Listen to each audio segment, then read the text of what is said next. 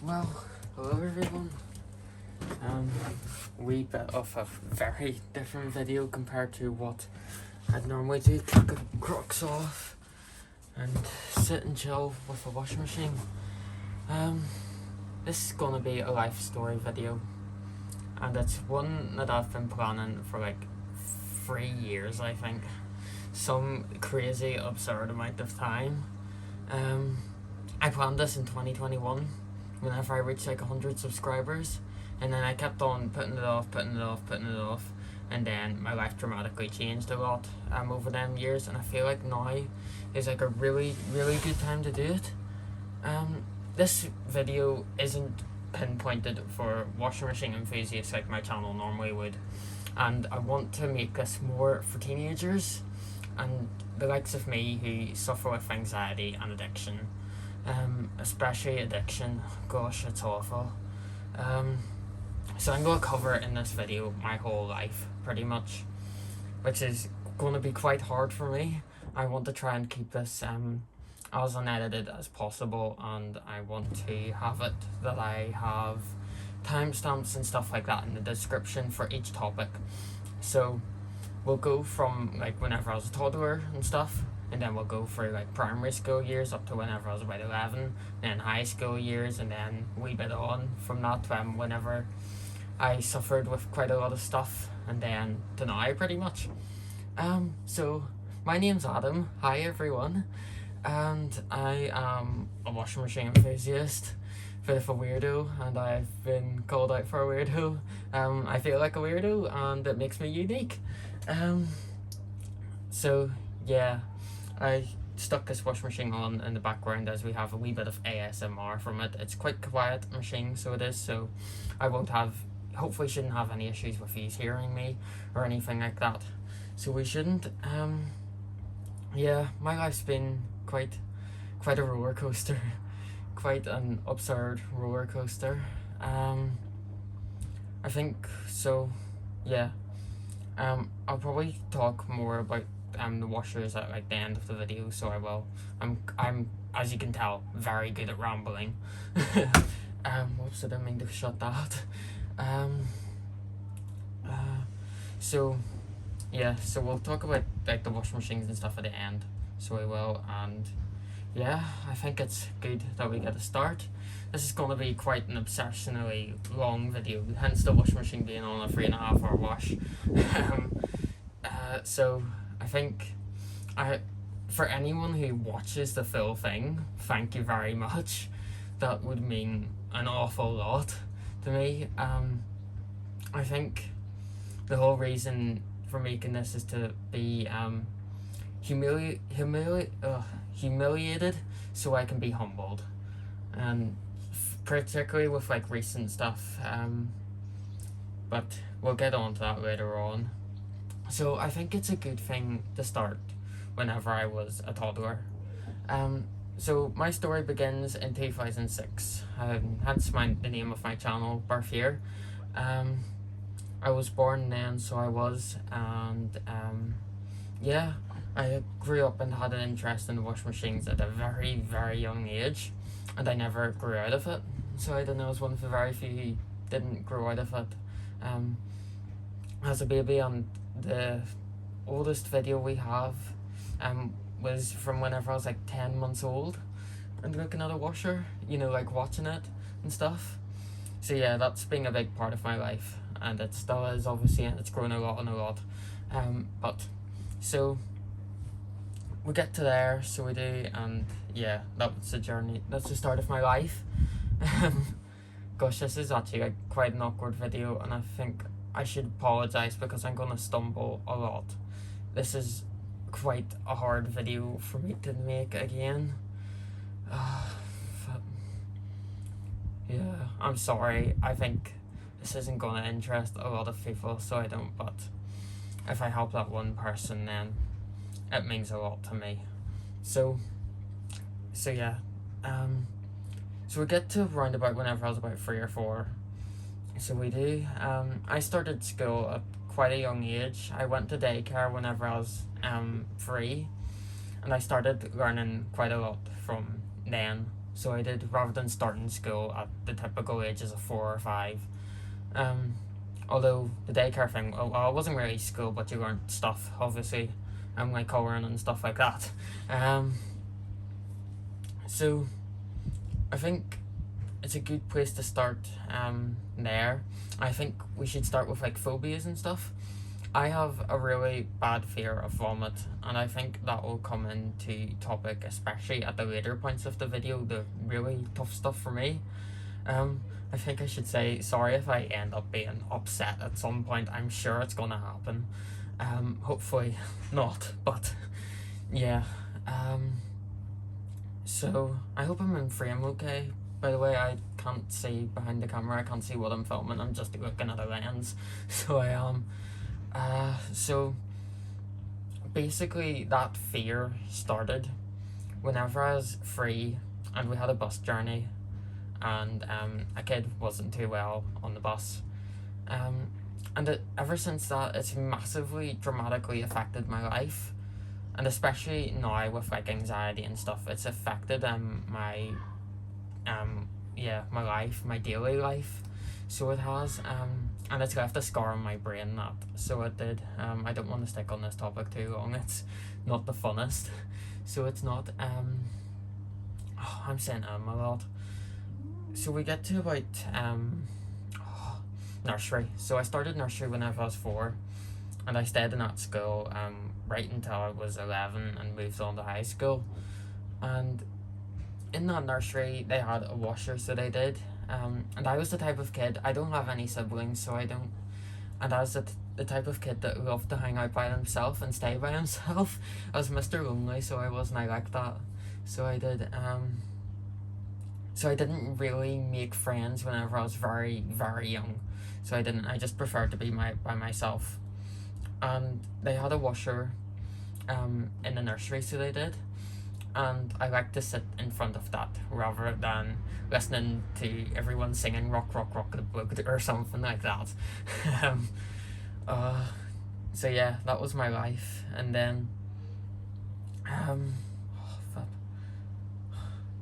this is honestly just so hard. I've had some balls if I've uploaded this, honestly. I swear I have. At this point, the washing machine's more interesting than me talking, and I'm sure it does get more interesting. So, with the washer and all, I was suspected to have autism from it, so I was, and that's quite affected my life, like, being from, like, all these judgments about you because you're different. It's quite hard to live with at times. So it is. I was sent off for a test for it, so I got that all done. I was sat in a room with an examiner whenever I was 4, and I basically had to do like, what do you call it? It was just like assessment, like they asked like what was this, like, I think like birds was involved. It was like pictures and stuff, and they were asking me like what all it was, how do you spell this and stuff. It was quite simple stuff. I'm very young at this age, so it is. And I was told by them, and why on earth am I here? Like, I don't have it. But whenever I look at life now, it kind of question like, do I have it? Something I done from a very young age was I hand flap, so I do a bit. Especially like whenever I watch The Washer. The best way I can describe it, I'm sure that a bunch of people are laughing, but it is what it is. And it basically gives me a release of excitement, and then I have to release that excitement somehow. And what best motion than to move your hands about and wiggle them about. Goodness.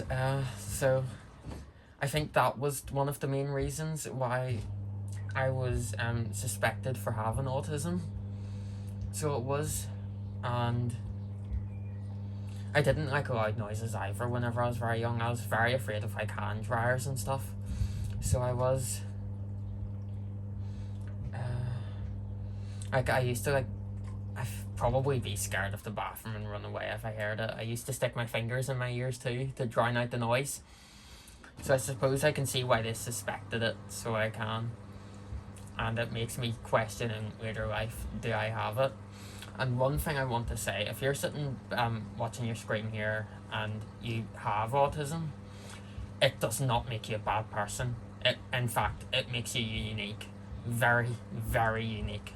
It should be something that you should be happy about having, because you're different and you're unique. You're not a normal person, and that's a good thing, because normality absolutely sucks.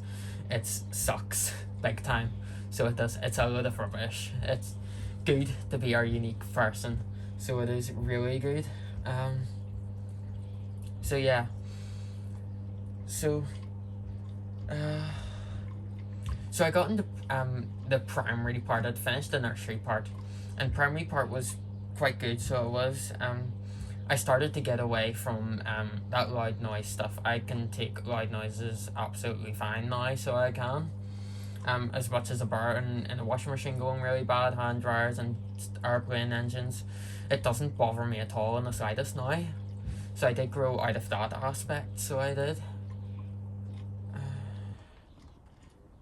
So yeah, my primary schools days were the best days of my life, I look at it as.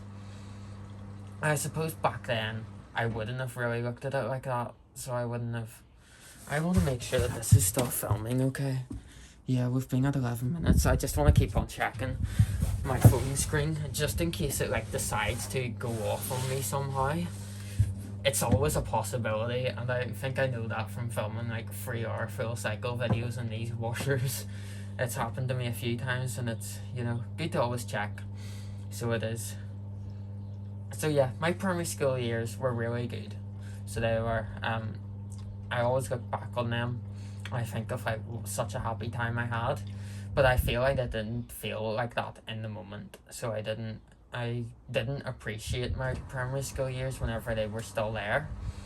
And I think I'm kind of left with a lot of these memories that have turned sad in a sense. I just feel like stuck in this reality a bit, so I do. P1 was really good for me. Our year was massive. Massive enough. There was 30 of us in the class. So there wasn't, whenever we started off, it was split into 2 classes of like 20 or something. But then some people left over time. And then it, you know, dropped into 1 class, and it was a big massive class of 30 in later primary school year, so it was. So yeah, it was quite bummed. So it was, I think, even like in like the autism aspect thing, I was okay with socializing with big groups of people, so I was, which was a nice, good thing back then. So it was. It's not so much that case now, so it's not. I should probably mention, I'm obviously recording this in my shed. It's summer. It's coming into summertime now, and wasps are crazy, so they are, and I don't like them. So if there's any point in this video where I get up and I bolt out this door, it's because a wasp has came and invaded my privacy and wants to steal my shed. So I think it's just good to mention that too. So P1, P2, P3 were really good. We had a teacher in P2, and I quite liked her, but quite a lot of the class didn't. She was an older woman, so she was. But I feel like now, like oh fuck, goodness, you see what I mean about wasps. One was just behind there, which wasn't so lovely. Yeah, I don't want them coming in here, and I'm sure that one will. But anyway, P2, so that was quite a good time for me. So it was P1 and P2 were, so they were. P1 I had a different teacher, of course. Then P2 I had I had an older woman, like I said, and she was really nice, but she was strict. So she wanted the best of the best. Well, not the best that we could perform. So she would do everything to get us to that level, which was, I look back and realized, was really, really good. So it was. She wanted, she just wanted us to all be the best. That best versions of ourselves, and like, we're only 6 here, so we are, but it's really good in that sense to look back on that and see how much she cared about us, along with all the teachers. I suppose. Yeah, I think with how I am now, unfortunately for me, bad memories take over good memories. So they do, which is quite hard. Like, I'm a perfectionist too, so I am, and I expect me and everything I do in my life to be perfect. So I do, which is, I suppose, quite hard on myself. So it is, and I take criticism very, very much on the chin, and I find it quite hard to deal with criticism. So I do, like, even like with YouTube and stuff. Like, even like if I like the washing machine and like a bunch of people like commented about how bad it was, I'd probably take it quite hard, but I wouldn't show it anymore. But I suppose we'll get on to rubbish in my modern life whenever we get there. We're still 6 at the time of me speaking, so we are. We're not 17, we're 6. Oh, fuck. Goodness. Lovely B wanted to come in now too. So, I think whenever I was younger, I struggled to tell the time on like an actual clock. And one of the things that we'd done was this clock stuff for Maz. So it was, and I'm a whiz at Maz. I claim I'm the best of the best. I'm Mr. Mr. Maz guy. I'm really good at it, even with stuff that's going on now.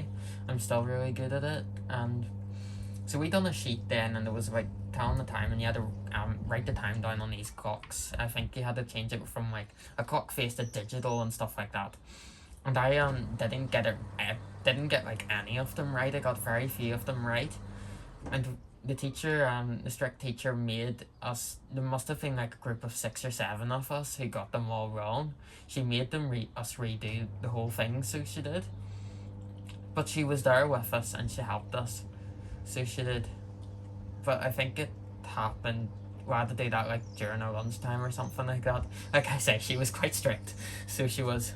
But she was a really, really good teacher, so she was. But that's a memory there that's stuck with me quite a bit. So it has. P3, oh my goodness, that P3 teacher that we had was absolutely amazing. So she was the nicest teacher. One of the nicest teachers I've had in like my entire time of my school life.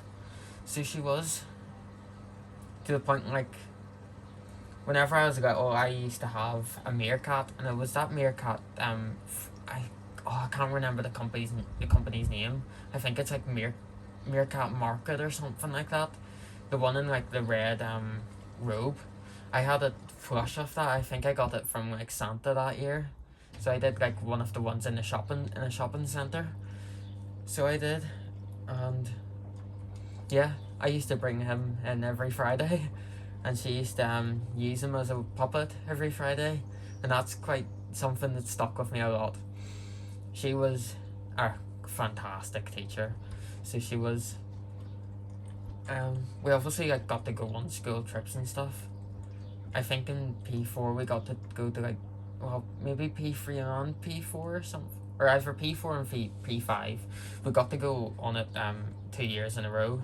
So we did, and we went to this place. It's called W5 in Northern Ireland, and yeah, it's like a physics place. So it is. We done like lots of stuff on like physics there. So we did, and it was quite good. I haven't been there in years, like, so I haven't. It's open to public, so it is. I'm pretty sure, but yeah, I haven't been there in a long time, and I guess I'm going to bounce about a bit because, like, obviously I'm doing a story of my life. My life's quite extensive compared to what I actually realise. So it is. I think I kind of want to like talk about stuff in my childhood that affects me in later life now. So I do. So yeah, that P3 teacher, bouncing back a wee bit to P3, she was really, really good. We used to like get to pick our seats, and then obviously whenever you picked your seats, you got to sit wherever you got to pick your seats, and then you had to sit there for like an entire term. So you did which is basically, I suppose, 3 months typically. So it is. I know that some people are watching this across the world, and whether it be like Australia, America, Central Europe, and I know that the schools, the years and stuff of them is really different. So it is, depending on the time. Oh dear, sorry. I'm actually probably gonna have to go in and get a wee drink in a wee minute. So I am. But yeah, so we picked our seats, and I always picked a seat beside a guy in my class, semi-relation to me. So he is. I still know him now, like, so I do, and he wasn't too happy at that. So he wasn't. I still remember this memory like so clearly. It's so funny to me now. So it is, and because of that, my chair used to get locked on his chair. So if I wanted to, pull my chair out and stand up, I couldn't. He wouldn't let me get out.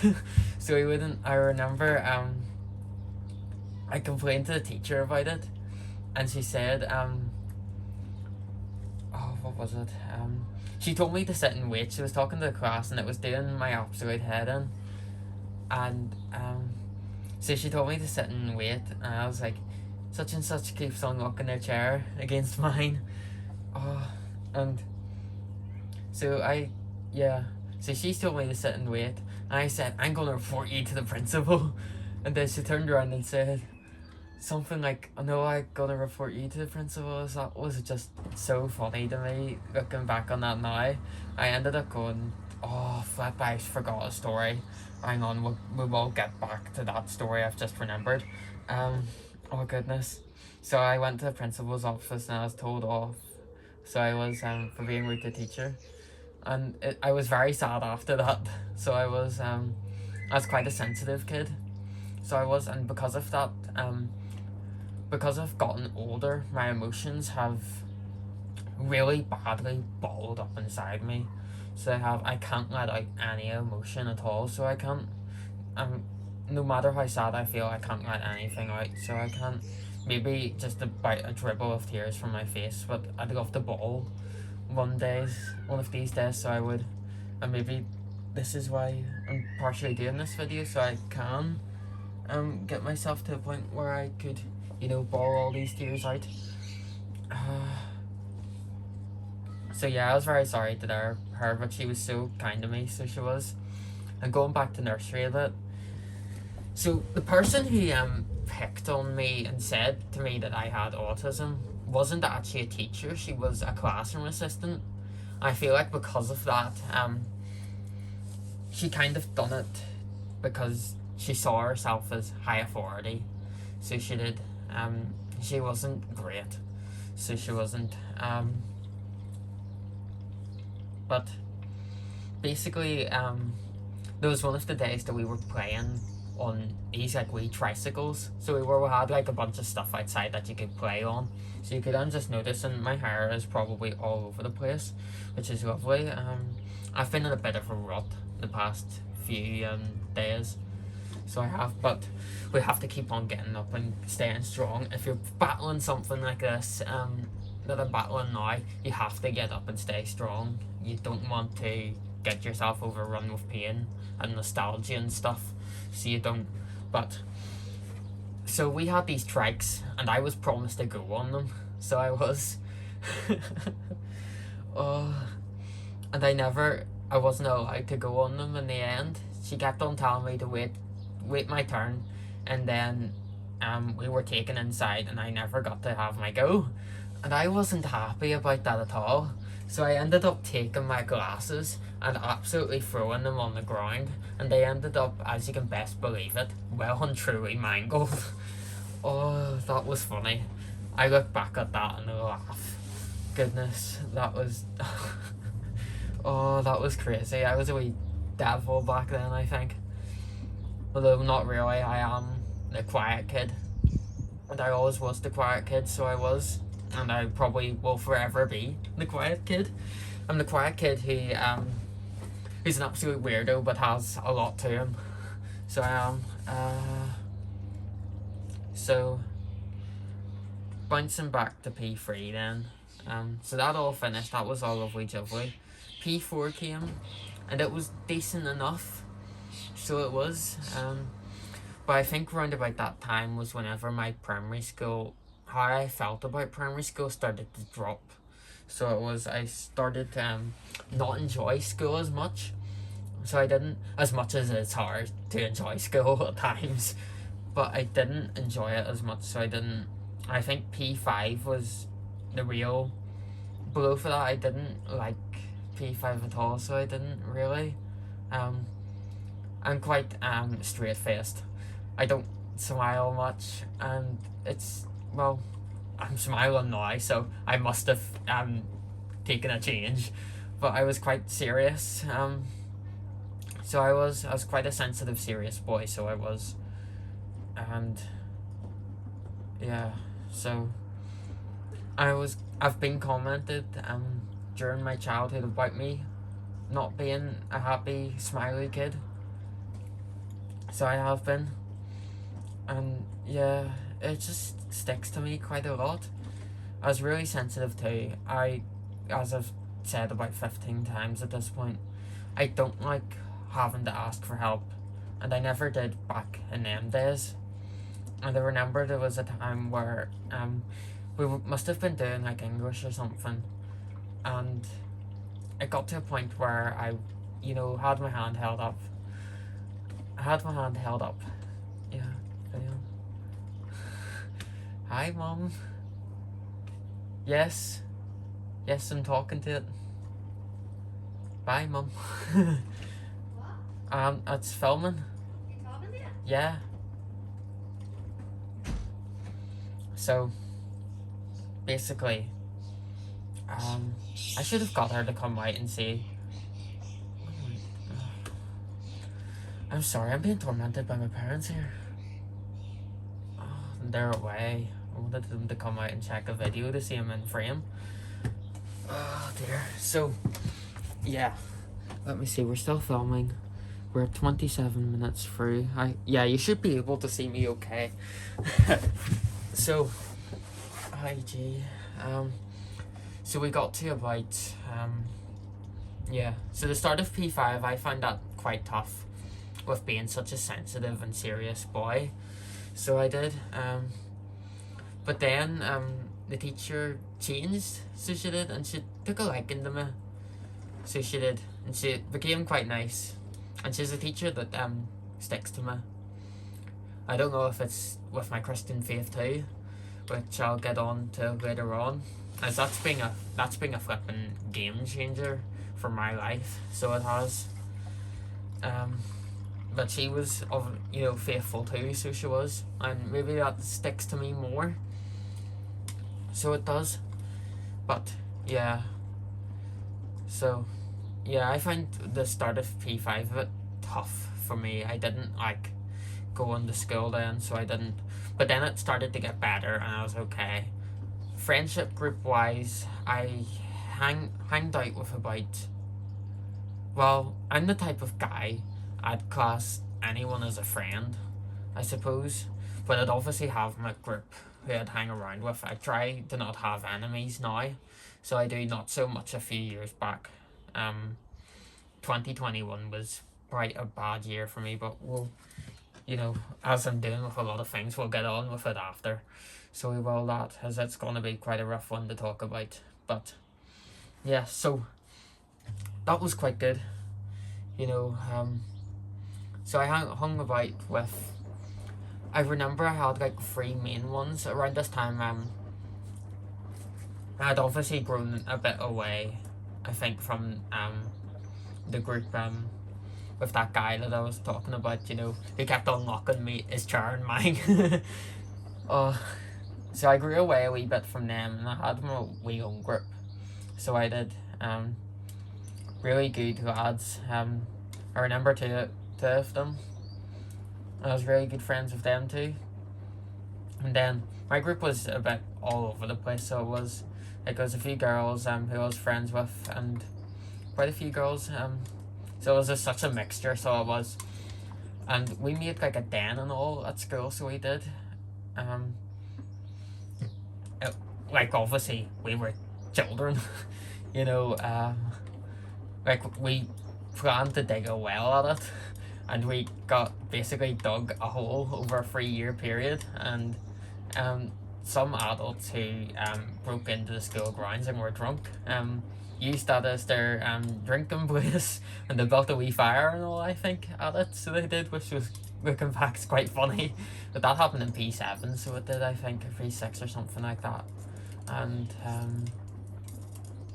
yeah, so that was quite funny. So I was basically the leader of that, but I wasn't Mr. Bossy Pants. I didn't expect this and that and that and that. I'm not that type of person, so I don't expect much from anyone, to be honest, as long as you give yourself your best go. So that stuck with me quite a bit. I was also into football too back then. Well, I don't have an interest in it, so I don't at all. And yeah, but I played a lot. One thing about my dad, I'm sure he's happy for me to talk about him, Mr. Bossy Pants. Oh, he's funny. Yeah, I get on with really well with my parents, so I do. But he wanted me, you know, get me out and about more, play football and stuff like that. He was really big into his football, and so was his whole side of his family, to be honest. So that was a big portion of my childhood, so it was getting about, kicking a ball about, and I was absolute crap at football. I didn't like it, and I stood there and I did nothing. So I did. My parents are trying to put my soundbar on. Oh my goodness! Do you know what? So I will be back in a few minutes. So I will, and we will continue on with the life story. But for a few minutes, that you can watch AEG. So you can.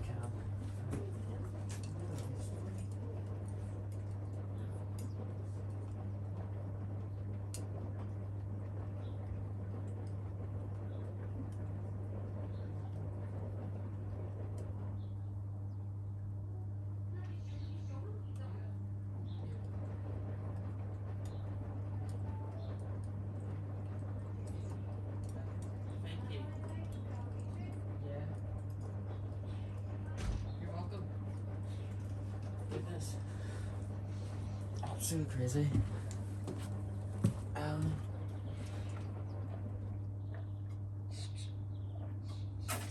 I haven't got much left in this. I haven't even got much left in this drink. Oh wow. So anyway, so we were talking about goodness. You know, I go in for like 5 seconds and I forget everything that I've been ever speaking about, which is absolutely lovely on my part. Oh yeah, football.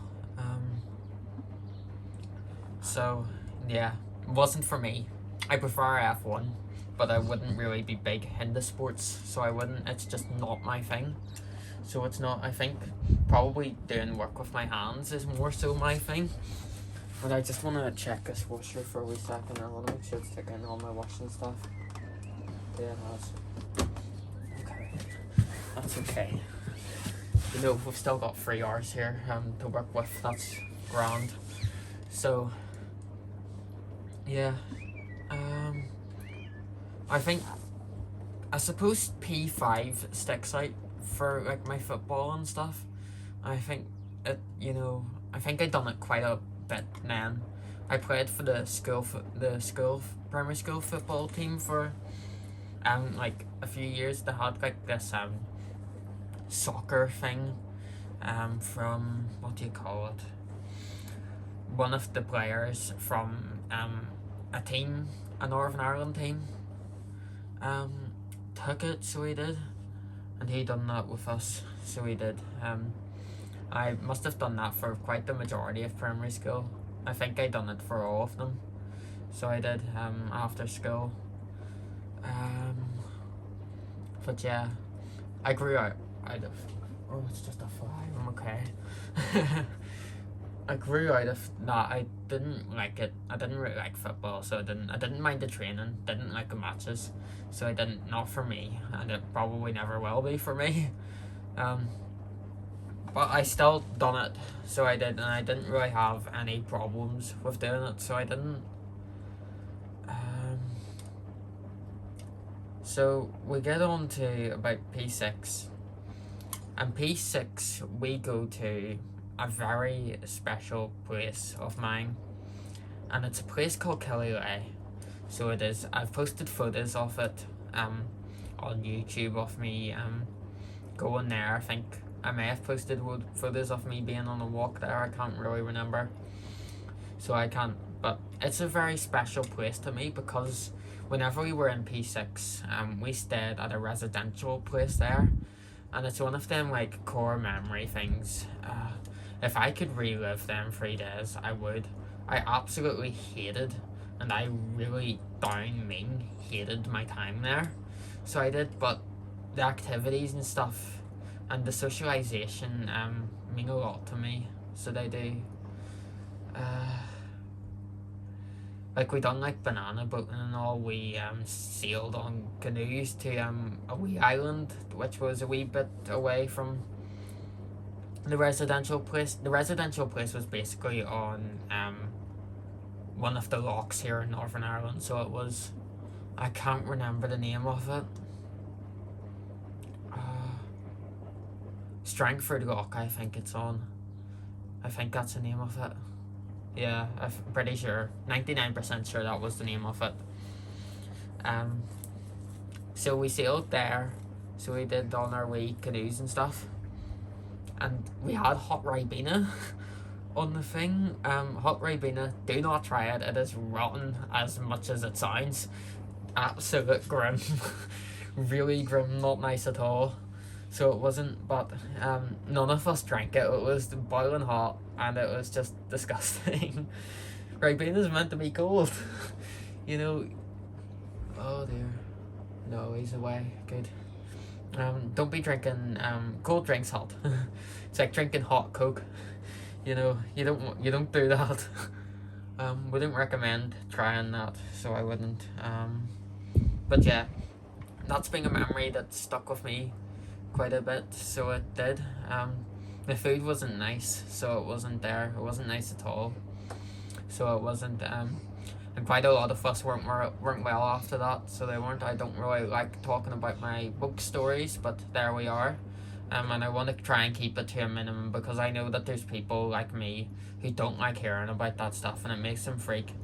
And I think I should just say, if you're anything like me, you're not going to be unwell from watching this video. You're not. I wish I could tell myself that while I'm saying this in person, but there we are. So that was, not a fun experience. On my last day at that place, I wanted to be taken home early, so I did. I was well during the entire thing, but I wasn't too well whenever I got back home.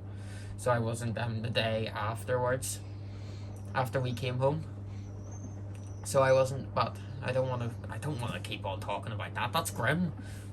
Skip that, Adam. Flip's sake, knock some sense in your head and skip. Press the skip button, the pause and the skip.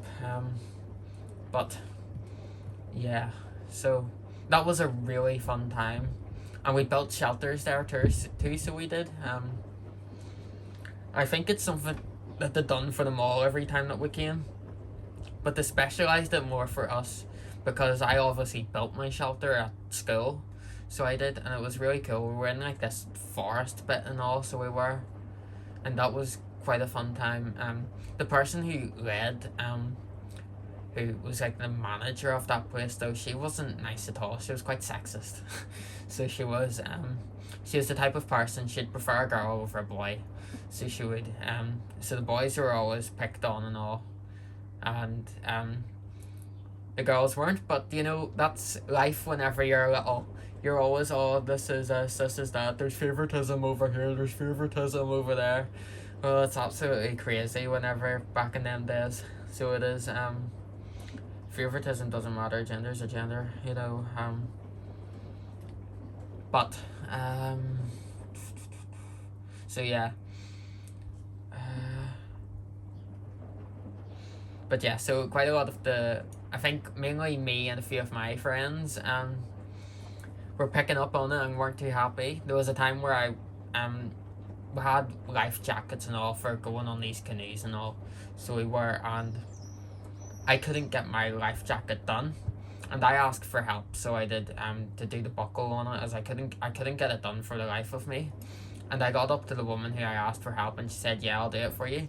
She ended up shouting at me and sending me to the back of the line. And I feel like my life story here, whenever I'm talking about this, is turning into a tattletale. I swear it's not a tattletale. I'm just speaking my memories. Oh dear. But it's funny looking back on that. And it's really special to me. So it is really, really special. It's a really special place. So it is, even with negativity that I felt back then, whenever I was living in the memory. But yeah, so that's why Killyleagh is special to me. So it is. That place ended up shutting down the next year. We were meant to go the year after with school, in our P7 year, our last year of primary school. But we couldn't do that, so we didn't get a residential trip afterwards. But I think back in them days, I probably wouldn't have went, because of how much of a scar it left on me. Even though that scar's now turned to peaceful memories that I'd love to go back to. Yeah, so our P6 and P7 teacher was the vice principal of the school, so he was very, very laid back guy. Very laid back.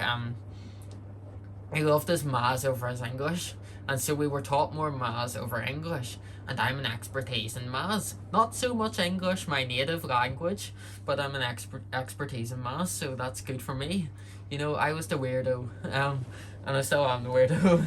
You know, I'm kind of looking at this washing machine here, like, did I stick in enough washing stuff? But I'm sure it's fine. It's got suds in it. Anyway, I'm not talking about the washing machine, I'm talking about my life. I want to check my phone again. You see, my phone, whenever I started filming, was at 50%, and it's now down to 20. So because of that reason, we've been filming for 42 minutes, and I'm still a 10-year-old. We've still got 7 more in-depth years to cover, and I need to go and get my charger. I will be back in a wee second, but for the second time of this video in under an hour, enjoy lovely AEG.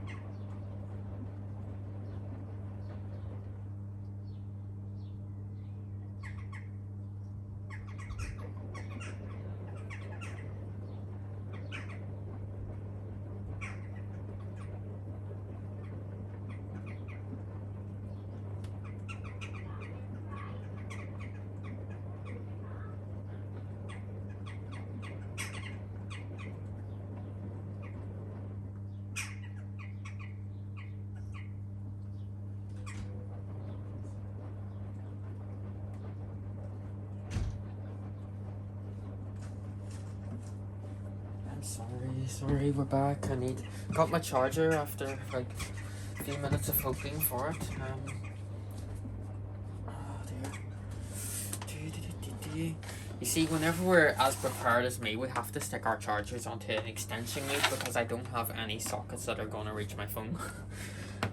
Hopefully, for goodness sake. How's everyone's day been?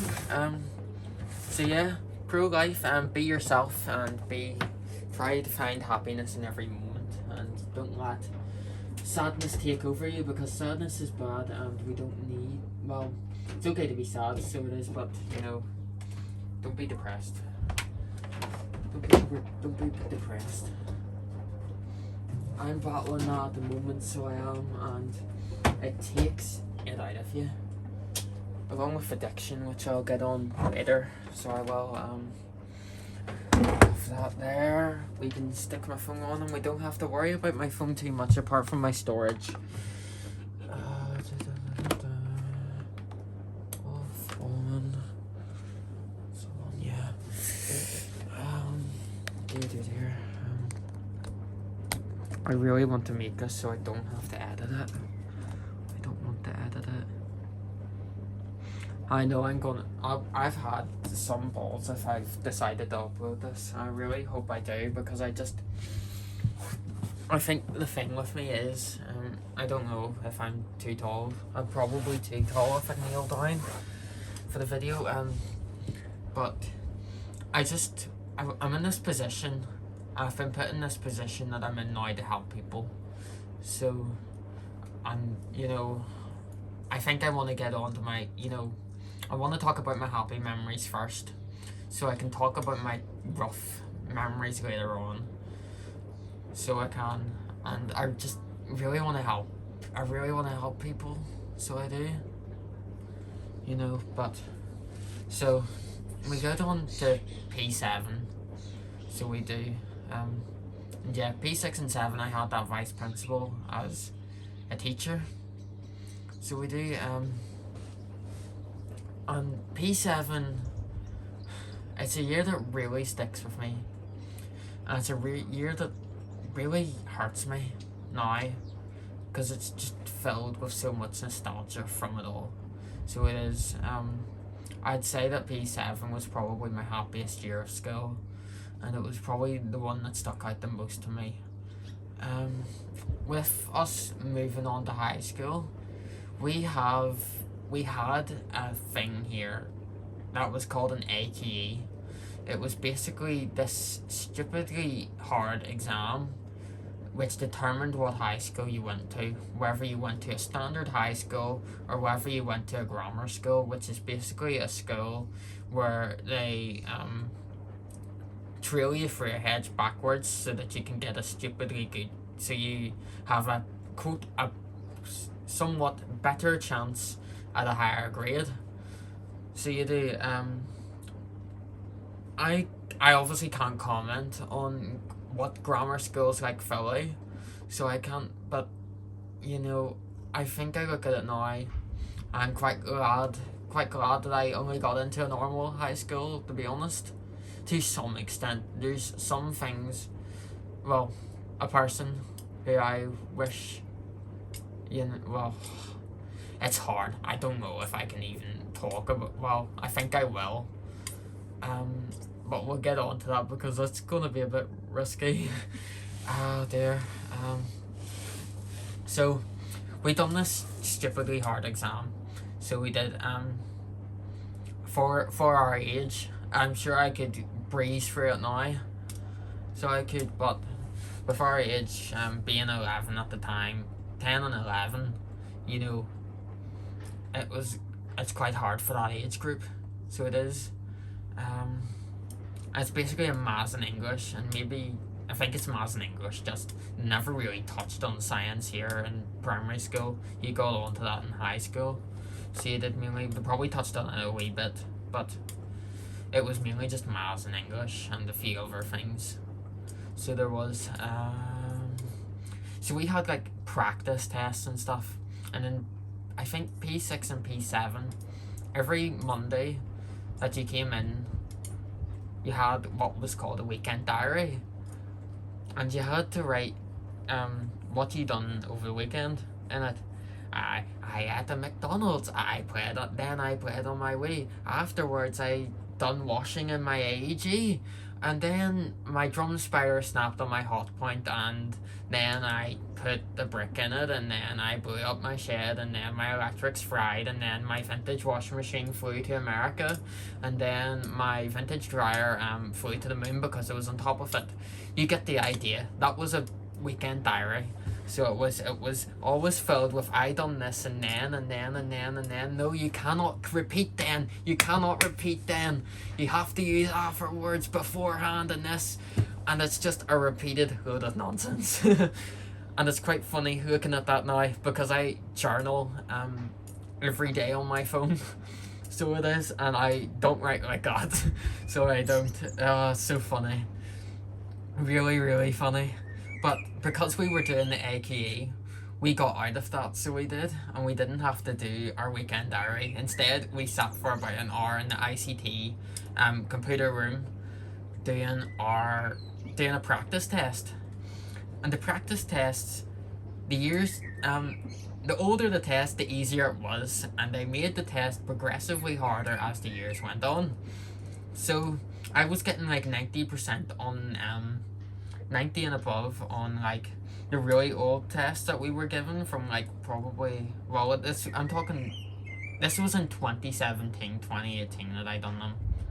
And I think the oldest ones that we done must have been around about 2011, 2012 or something like that. So it must have been. And those were easy. Well, I found my ones that I was doing easy. And then I'd fall down and I'd only get like about 60, 70%. And the newer ones, I think the scores for them, I think the highest you could get was like 130. It was, this marks, I don't know, that didn't really make sense. So I didn't, it wasn't done in a percentage. So it was done, to get into a grammar school you needed like over 104, I think.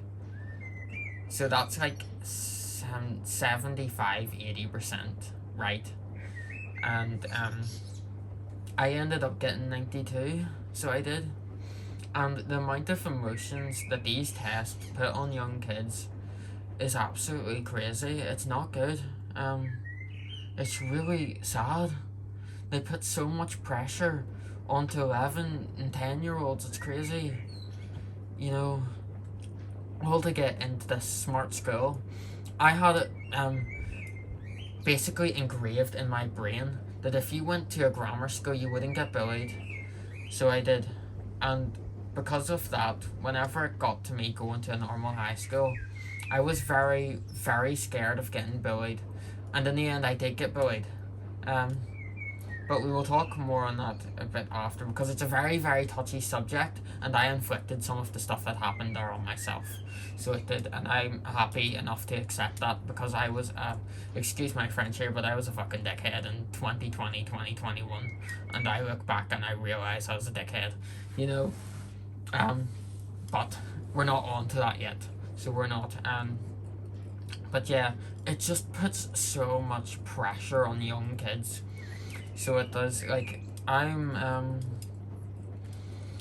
a mentor-ish attendant at a counselling group now with younger ones to help them and help myself too. And it's just sad how much pressure is put on these young kids. It's flipping mental, really mental. There could be some of them watching this. If they are, hi. Sure, I know two menaces who could be. Goodness. But, you know, it just puts so much pressure onto these young kids. And if they don't get, you know, if they fail that exam, it's not even a fail. You know, like 92 on that wasn't a fail, it was a pass. But it wasn't enough to get you into a grammar school. And it's just sad. It's really sad. Society puts so much pressure on people, and I think that's also got to do with why the mental health crisis is really bad. I see a spider climbing up my phone at the moment. What on earth is it doing? There's like a wee mini spider climbing up my phone. Hi, look. No. I'm sorry, I like bugs. I don't like wasps, so I don't know where the spider even went. Lovely. Still videoing okay, still videoing okay. We're at 55 minutes and we're not off primary school. Lovely, this has got to be a 2-3 hour video, yes! We love that. Absolutely love that. I'd really like this video to do well. So I would, but I don't know if it will. And it's possible it might not. But basically, I've been like watching videos with basically people in similar situations to myself who are really confident and making videos like this only in like their bedroom or whatever, not in a plant shed. And they're just, you know, you're doing it to help others. And I feel I want to do the same, even if I get humiliated for the person I once was. I look at myself as corrupted, and I still hold some of that on me, but I'm doing like everything I can to get away from it, and that's going to be coming into the addiction thing. So, well, which we'll talk about later. So we will, and it's going to be a very hard thing for me to talk about, so it is. But yeah, so after that, with APE stuff, I was absolutely crying my eyes out that I didn't get into this school, this grammar school. So I had my heart set on going to this grammar school, so I did. I really badly wanted to get into it. And I kind of look back on it now and think, like, what if I did get in there? But it just doesn't sync with me, I guess. I don't really like the look of the school now, so I don't. It's one of them like over-glorified fancy schools, fancy pantsy on the outside, and it's bland. Well, you know, the outside look of it as a person who's, you know, viewing it looks, you know, flipping high tech, really cool, really cool. It's a bit like a washing machine. It's a bit like this. If we have to use my AEG as example, although I love this, like it's a fancy washer on the outside, but it could be like its programming could be crap. It's not, but it could be, you know. And I suppose I kind of look like that as like that school. It's really cool looking on the outside, on like the pictures of it and stuff, and what you see on the inside, but at the same time the stuff that they do in it and how they treat how the outside perspective of how they treat their students there, I wouldn't want to be there, so I don't. They're the kind of school, they have the favourites, and the favourites make them special, and you know the favourites are putting on a podium, and the lower end ones are left to rot. You know, that's the outside look I get of it. I don't go there. I never did go there. I don't know what it's like. You know, I know someone who did go there and who does go there, but I don't know what it's like. So I don't. So yeah, I don't think I would want to be there. So I don't. But so we'll go back to P7. We'll take our wee mind trip down from high school and go back to primary, okay?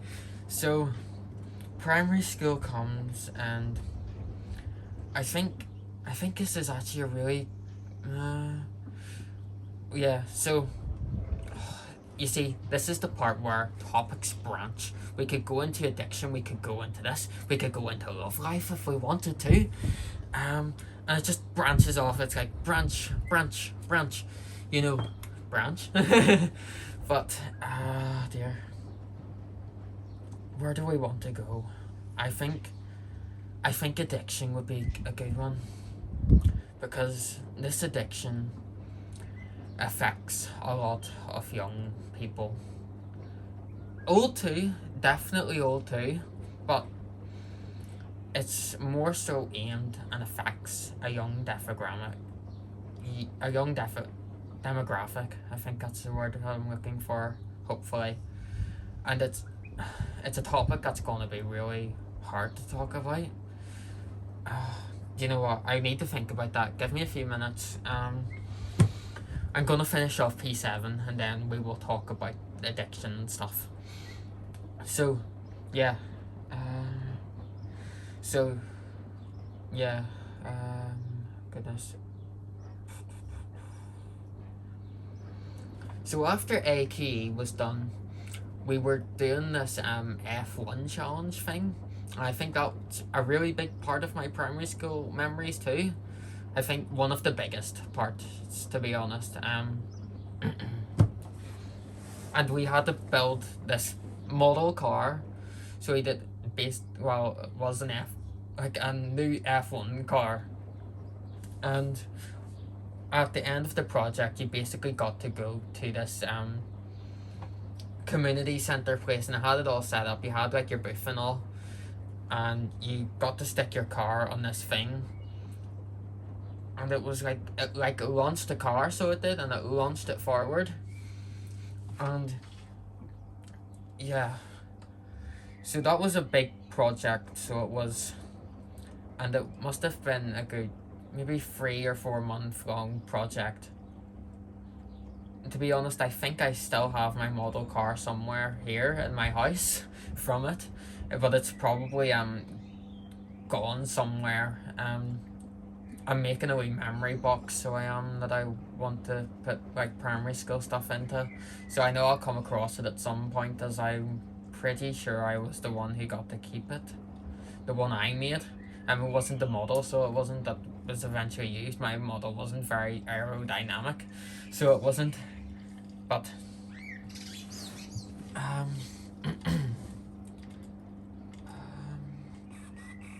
so yeah, we done that. It must have been for about 4 months. So we did, and a few of my friends got to go to a Jaguar place. That sold Jags, and we had to like collect sponsors and all, so we did. And quite a lot of local businesses here like sponsored our thing. We had like cool hoodies and all, so we did custom made for us. So we did. I'm pretty sure I still have mine somewhere in my overflowing wardrobe. But so yeah, we had to get sponsors and stuff, and quite a lot of them businesses did sponsor us. And it was quite a cool experience, so it was. It's definitely an experience that sticks with me. My school quite liked their iPads and stuff too, and they ended up, whenever we must have been like a few months before we finished primary school, they got iPads and all for like learning on them. So they did some learning was done on Minecraft.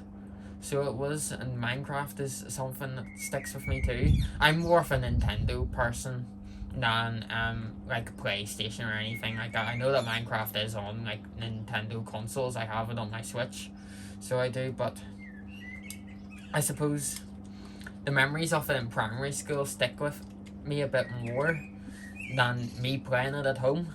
So it does. Although I did play it quite a bit at home, especially like during lockdown and stuff. I played it quite a bit with my cousin with the Becco Aquatech. So I did, and that was a really fun experience. So it was.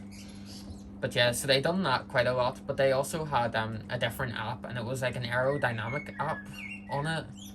I can't remember if it's an Apple's own app or not. It probably isn't. But I'm sure that you could probably still download it somewhere where you could like draw shapes on it and change the aerodynamics. It was quite interesting. So it was. And I suppose that's, testing and doing stuff like that. I'm like a whiz with my hands. I fix white goods for a living, and yeah, that stuck to me quite a bit. So it did. So we get to the point where there was this,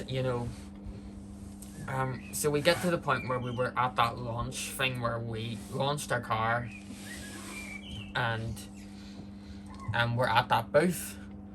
Why do I want to compare it to IFA in Germany? I don't know. But I suppose it's kind of a similar sense, but the booth and all, it was all made by hand. It had like pages of our own work stuck on it, pictures of us stuck on it, and only 6 of the people in the class of 30 got to go. More people went to Jaguar than what went to the thing, the actual event itself. So they did, I think, about 10 or something went to Jaguar to get a photo and all done, and, you know, sitting like a Jagger and stuff like that there while they were getting like their sponsor money and stuff. But I was one of the lucky few who got to go on that. It was me, 3 other guys, and 2 other girls.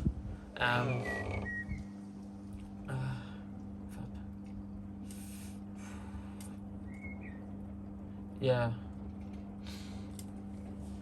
So that sticks out quite a lot to me. So it does. And it's quite a special memory for me. So it is. I was very lucky to get to go on that. So I was. And I think it was because of the fact that we had to make speeches beforehand. We had to like do a speech and all in front of people. So we did for that. And I was one of the ones talking. And our teacher told us to do it for homework. So he did, but nobody must have paid attention and listened to him because I was the only one who done it at home. So I walked out, I was like, hey, here's my speech. And he's like, gosh, you've done it? No one else done it. So they spent the time in class doing it and I didn't. I just sat there and minded my own business, cooking over it and all. But yeah, I done my interview, mini interview and stuff, said my speech out loud and all, and I got to go with them, and that was really, really fun.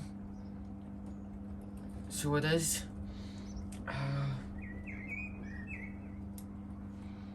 But you see, the problem with this life story video is we're getting to the points where it's gonna be hard for me. Really hard. I think especially like uploading this too is gonna be even scarier. Because like there's so many people from my personal life who could see this and could watch this and they're like, oh, there he's talking about me. You know. Oh dear. But I suppose you have to live life to the fullest, don't you? I don't want to be that type of person. I don't want to tell other people's stories. I want to focus on my own. So I do. I just, you know. But that drive there and back to that event really stuck to me. We got to go in the teacher's car, so we did.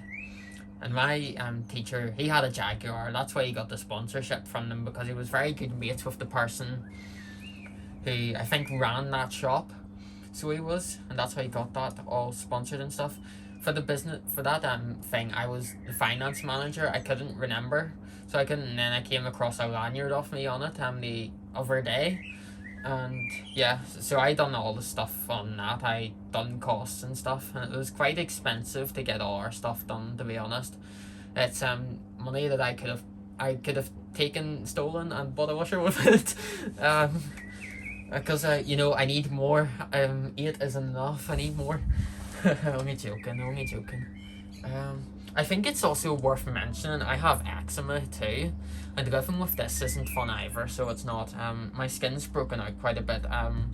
So it has. I probably shouldn't have used my big box of surf, which is staring at me. I don't know if that's caused it or if it's just been my mood. It could be my mood, so it could very well be. But anyway, so that was really fun, and like I said, that car drive stuck to me. My head, the teacher offered me a half-drunk Lucozade. Oh dear, that sticks with me a lot. I refused. I didn't. I didn't drink Lucozade anyway back then, so I didn't. But yeah, I refused. I didn't want to. And then I was in the car with them, the 2 girls too. The original way it was that I was in a car with two other guys, and then there was my best mate and the 2 girls in the other car. But me and my best mate decided I want to swap around, so yeah, I swapped around. So I did. So I got to sit in the front, both there and back. That was fun. So that I was spoiled. I got to sit there. But yeah, we also done a lot of things. There's a thing here called Young Enterprise, and that's basically they try to get like young people business ready, pretty much. So we had, while we were doing our F1 stuff, we were also doing stuff like that too, and we were selling stuff at the mall. That's near me, I suppose. Yeah, I got to do the speech for that too. As you can see, I'm Mr. Speech Guy. That's why I write so long, that's why I speak so long, that's why I think of everything in depth, and that's why I'm perfect. I'm not perfect at all, so I'm not. I try to be perfect. But yeah. So I was doing that. That was quite fun. So I was. I think I'm being offered my juice. Lovely. I will be back in a wee second. So I will, with my rehydration.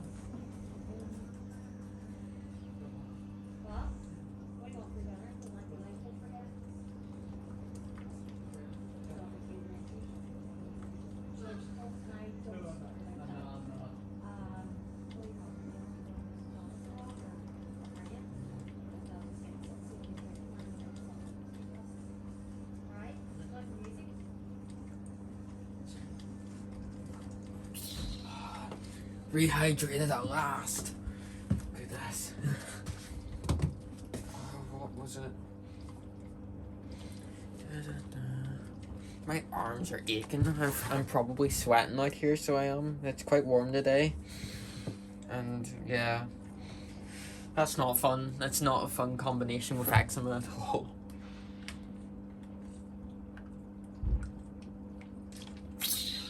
Oh dear. So that was all fun, and it came to our leavers assembly. So it did. I think I'm gonna talk about the addiction first, so I will. And the addiction is corn. You know, corn on the cob. No, not so much. It's not. I think a lot of people will know what I'm talking about, because it's so bad and how many people it affects and how badly you get sucked into that realm. So it is. I got sucked into that at 10, and it didn't start. That's a bit concerning saying that. It didn't start to. So basically, how I find it is, so we've got washers here. So we've got AEG, we've got Miele behind me, we've got Credo, we've got Hotpoint. There's a brand called Bush, and I was looking to see if they had an official website for themselves. So I went on Google, bush.co.uk, bam. You know, it shouldn't have, no restrictions, no nothing, 18 website on a 10-year-old's iPad, lovely. You know, I was like, what on earth is this? My mind was so innocent. My mind was very innocent whenever I was little. Especially with me, like, not having, like, what do you call it, siblings and stuff. It was very, very, very innocent. So it was, but after that, I was on it for like 30 seconds. I didn't watch anything. Obviously, I went straight back off it, and it's like, I'm never going on that again. And then it rolls down to about a few years later. It must have been about 13 whenever I was a teenager, where that started to really badly affect my life and make me addicted.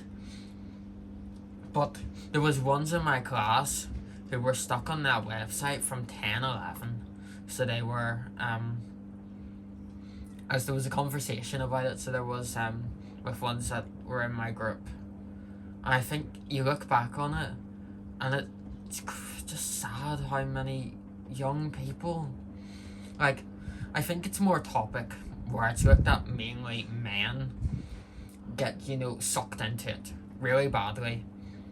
And while it could be a case where it is more men than women, I don't want to leave women out, you know. It's very possible for a woman to, or a girl to go across that and get really badly sucked in. And I suppose I will get onto it more later on, so I will. But yeah, it's rough. It's really rough, and the way it affects your life it's crazy. It makes you lose hope. It makes you lose yourself. You do lose yourself from it all. So you do, definitely. But we're still in this story. We're still 11, and we haven't got to that point yet where we are down bad. So,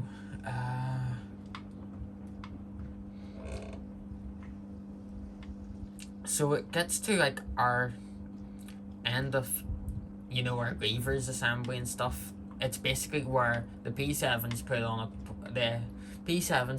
this big play before they finish school. So they do, our one was Hansel and Gretel, but it was Hansel, Mansell, Gretel and Petal. There was 4 of them rather than 2. There was 2 boys, 2 girls. So there was, and then there was like the seven dwarfs were in it, or something, or the 11 elves or something like that. I can't really remember. It was something like that, either 7 dwarfs or 11 elves. So I was an elf, which is quite ironic as I'm called short. Although I don't really look at myself as being short now. I don't know, maybe I've had a growth spurt. I haven't socialised in like a few years now, and I'm sure I've grown over them 2 years. I wouldn't like to think I've stayed the same size, so I wouldn't, but yeah, so that play stuck with me a lot, so it did. I think I never really stayed in contact with anyone from primary school. However, there was one person who I really wanted to stay in contact to. She was one of the people who, what do you call it? She got into grammar school. She was a smart. She got like 20 more than me because I can't do English for the life of me. Although, to be fair, I was at the top in English, so I was like in high school, but I was second below, and so I was, I think what happened, I'm going a wee bit back, so I am, with the AQE, at the desk that I was at, there was gum all over it, and it was disgusting. It wasn't hygienic, it was rank. There was gum all stuck underneath the desk, so there was. And after that, after like my first or second exam, the exams were all like 2 weeks apart or something like that, so there was 3 exams for it. And during my second and my third exam, I think, or maybe just my third, I took a really bad cold, and I mean like really, really bad. So I did, my nose was running constantly. I had like 4 hankies in my pockets. It was bad, and I couldn't focus properly, thank you, on my test. You see, I think what I'm going through here is another thing that's questioning me about autism. It's like finding my words and stuff like that, like properly, and then I go, sick. I think it's hard because I think like whenever you're going through a lot, you kind of look at it as a defect, but you can't. You're unique and you're special, and the world wouldn't be the same without you in a really bad way. You need to get your strength and go up, so you do. I've got plenty of time with that. I've got like another hour. So yeah, so that girl that I was on about, we were what should we call her? Lily or Lilith? I think we'll go with Lily. So we'll call her Lily. So we will, but if my brain goes on a wander, hopefully it won't say her actual name. But we'll call her Lily. So we will. Lily was, she was a part of my friendship group. Like the one, it was kind of split in a sense. But yeah, she was definitely a friend. So she was, I started nursery on the exact same day as her. They took us into nursery like 3 people each or something like that. It was like an intermittent start. Would you, you see, I'm an appliance engineer, guys. I have to go. I'm sorry. I'll be back. What?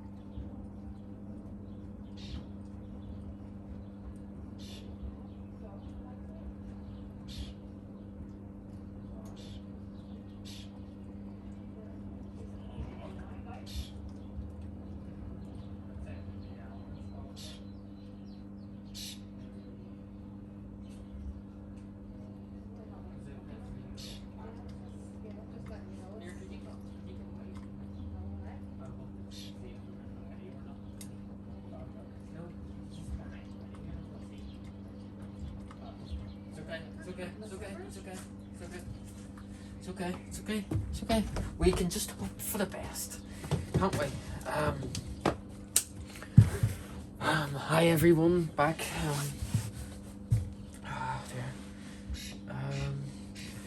So we were talking about Lily, weren't we?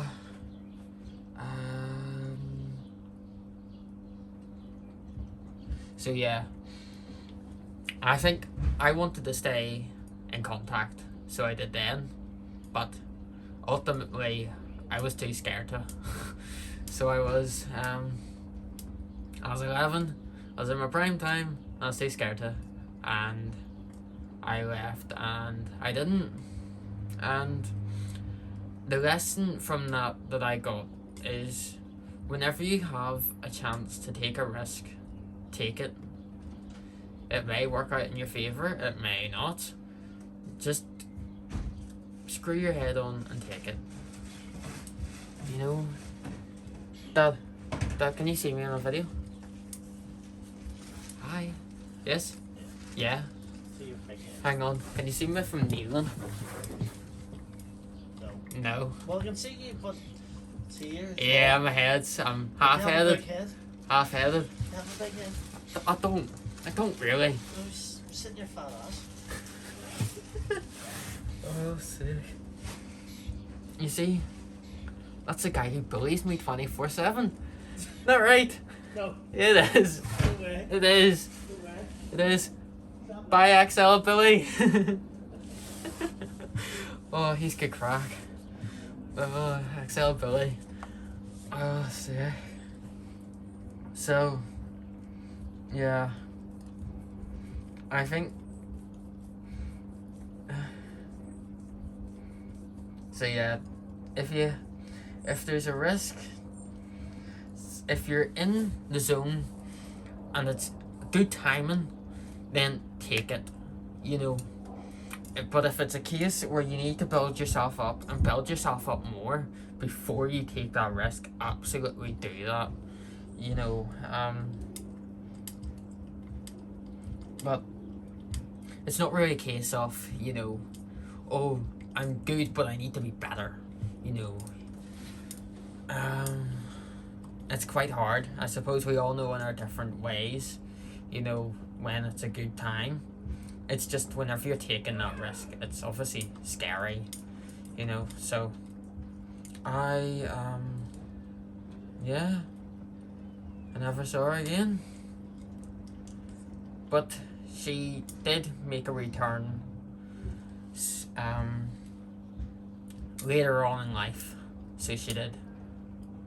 And yeah, but at this time, Adam's 11, Adam's lonely, Adam's sad, Adam's starting high school. So that all went separate ways and stuff. The two guys that I was on about in my friendship group beforehand,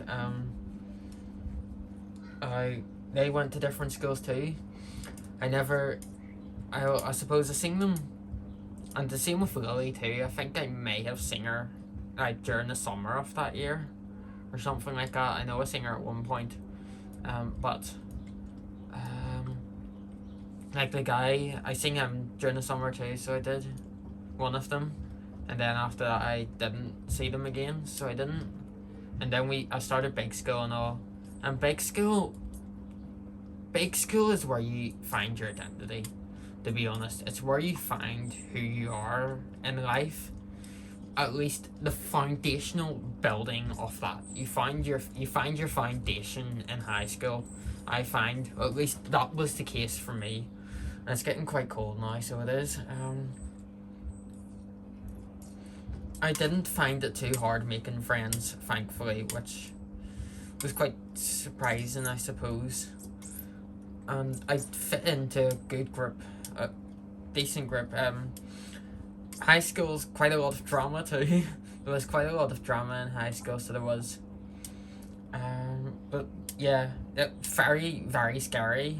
If you're a really young person watching this, about to go into something new like that, it's scary. But you take it on your chin, you go into it, and you flourish. You will excel. So you will, you don't worry about anything that's going to happen.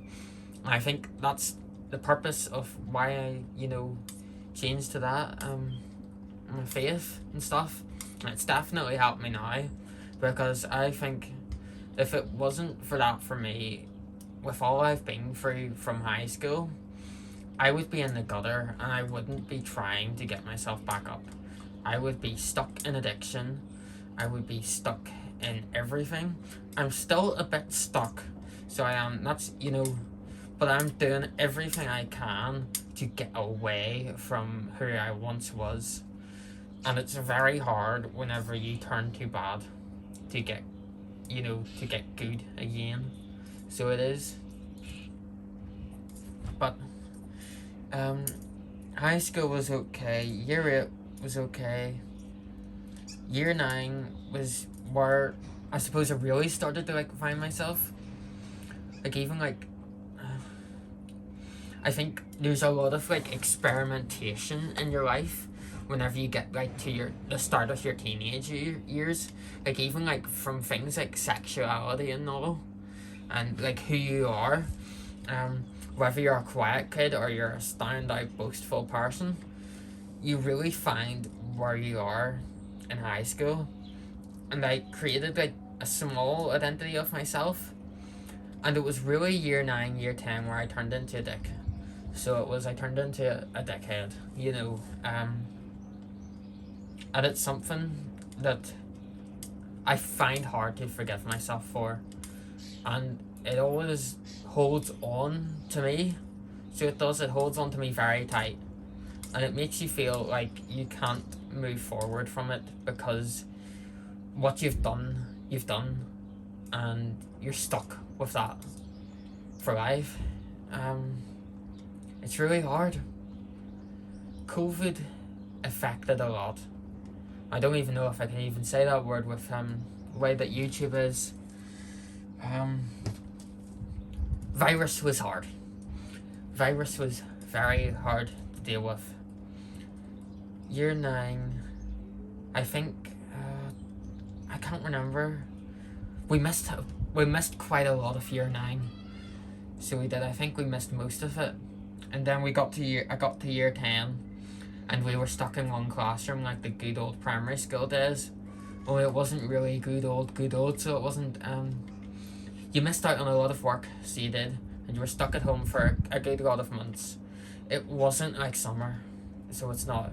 You're stuck, you're locked in, and you have nothing to do.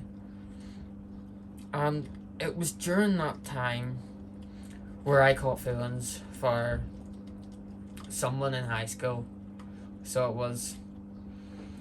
And I later realised that the feelings I caught weren't love at all. It was lust. It was absolute lust. You know, I think in the terms of namesake, I think I want to keep it that the only name I'll say is Lily. So I do, fake name. Emphasizing fake name. But, yeah. And basically, so it was, year 9, lockdown. I was trying to find my one. So I was Mr. Rush about it. I suppose I just wanted a person. So I did, a person to give me a purpose in life. To be free there through my ins and outs. But I never looked for the proper qualities in a person. And because I didn't look for that, it affected me in later life. It massively affected me. So it did. And this is a very, very touchy subject. And it's very hard to come out and speak about it. But we've all been forgiven. So we've all said sorry. So we have, there was, blazing torches, blazing swords, slash, so it got to, I'm still discovering, I'm a 14, was I 14? 14 or 15? I'm trying to remember my years here. I think I just turned 14 whenever I got into year 10. I must have been, 14. And so I caught my feelings during the lockdown, not even at school. And it just came out of nowhere, I suppose. I never knew the girl, pretty much. She wasn't a person who I hung around. She wasn't a friend of mine. She was just a girl who I was obsessed with, really badly. And because of that obsession, it led to addiction.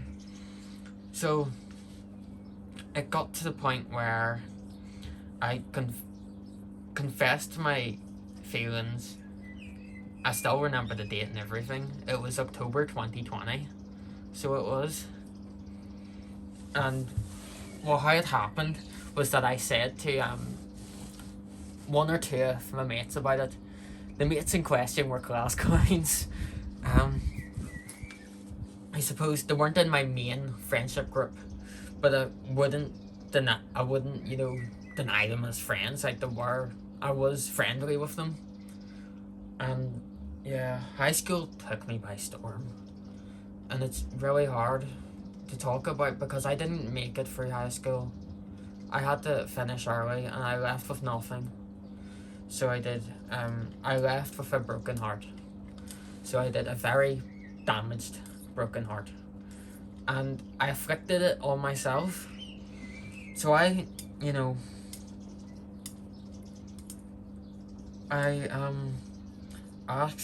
said to the mate, I said to him about it, and I wanted to ask, what do you call it?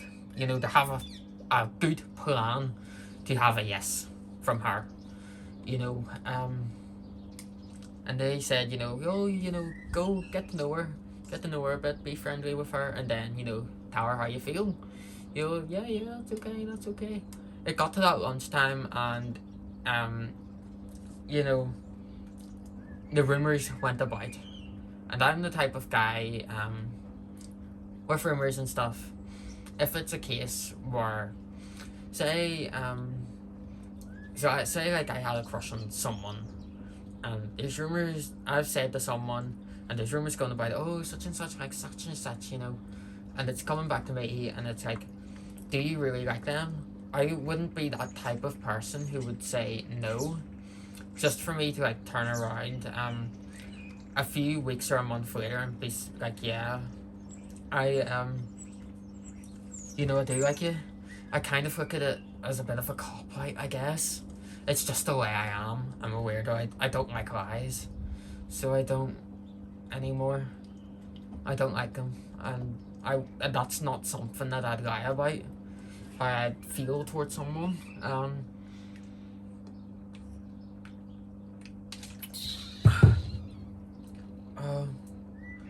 But I need to go back a wee bit. We're going back to actually, do you know what? No.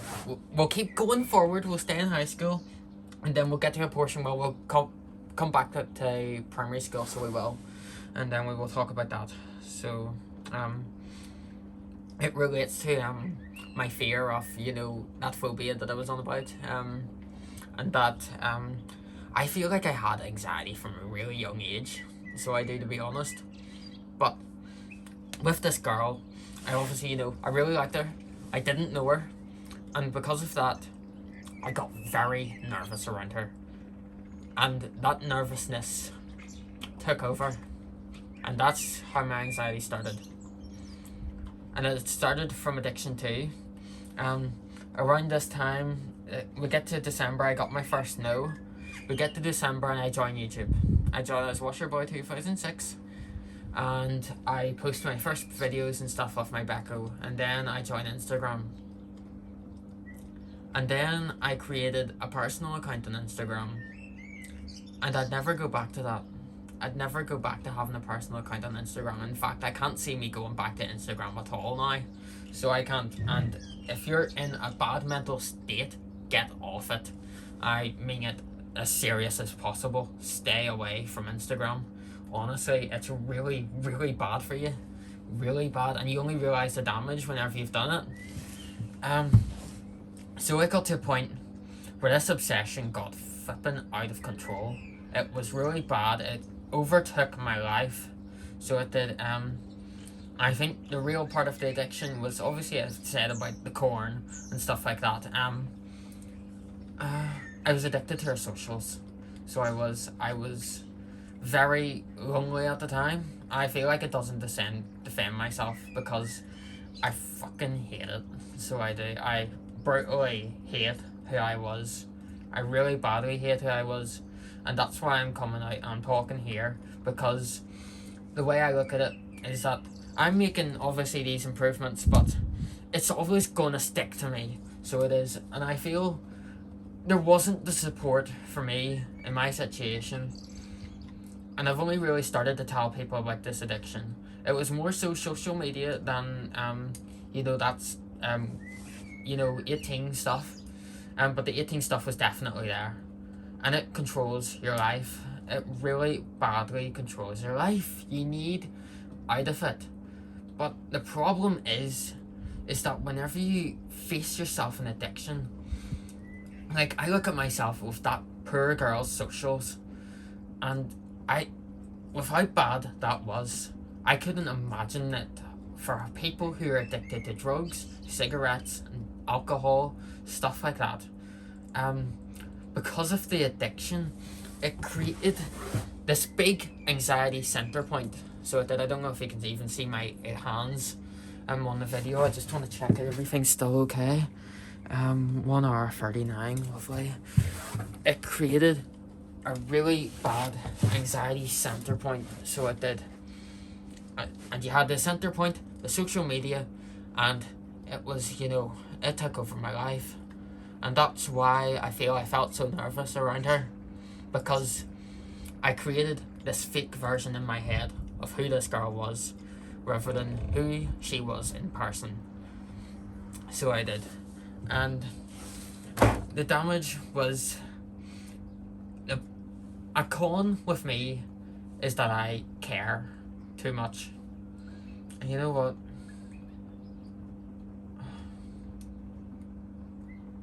Yeah, I do care too much.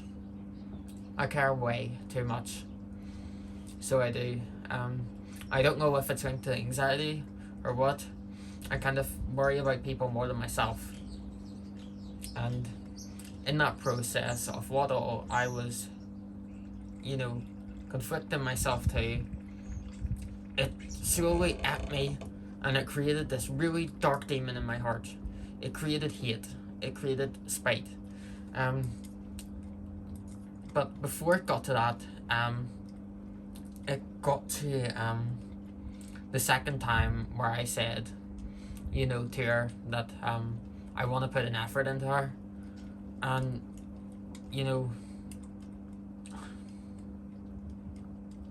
this is really hard. It's really hard because with all the drama I caused, I'm letting it go, and I don't want to cause more. I think, I've already said to her, I said to her, quite recently, I really meant it, that I was sorry, so I did. And please don't take this video, if you're watching it, don't take it the wrong way. The story I want to say is because I really badly want to help other people who inflicted so much pain on themselves because of who they were. I inflicted so much pain on myself. I only cared about myself. I never cared about what others wanted. I never cared about how others felt. All that I wanted was this girl so I could have purchased my happiness. Happiness cannot be purchased. It's a feeling that's given to you through hope and through joy in life. But whenever you inflict yourself to addiction and all this, you take away all your hope. You take away all your dreams. You take away all your happiness. You take away all the people that matter to you. And you bury yourself in a pit. I'm still stuck in that pit 3 years on. And I'm only just starting to get myself out of it. It's a lengthy toll. There's so many days where I get 20, however many days off, and then you fall back down. But the problem with trying to get up is the streak. In addiction, the streak is your worst enemy, because you anticipate to get these days up and up and up, and then you're anticipating yourself to fall back down. And the more you fall back down while you're trying to help yourself, the harder it gets. The harder you get on yourself. Not really so much leaving it, I suppose, but you definitely feel more pain towards yourself.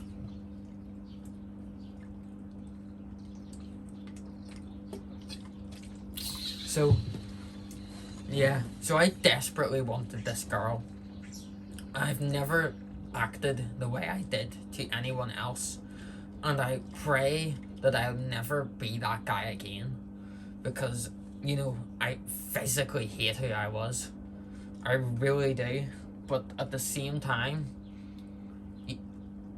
bad things come to bring good things forward, and I seen that myself, so I did. I seen that with Lily, so I did, which I will get on to later.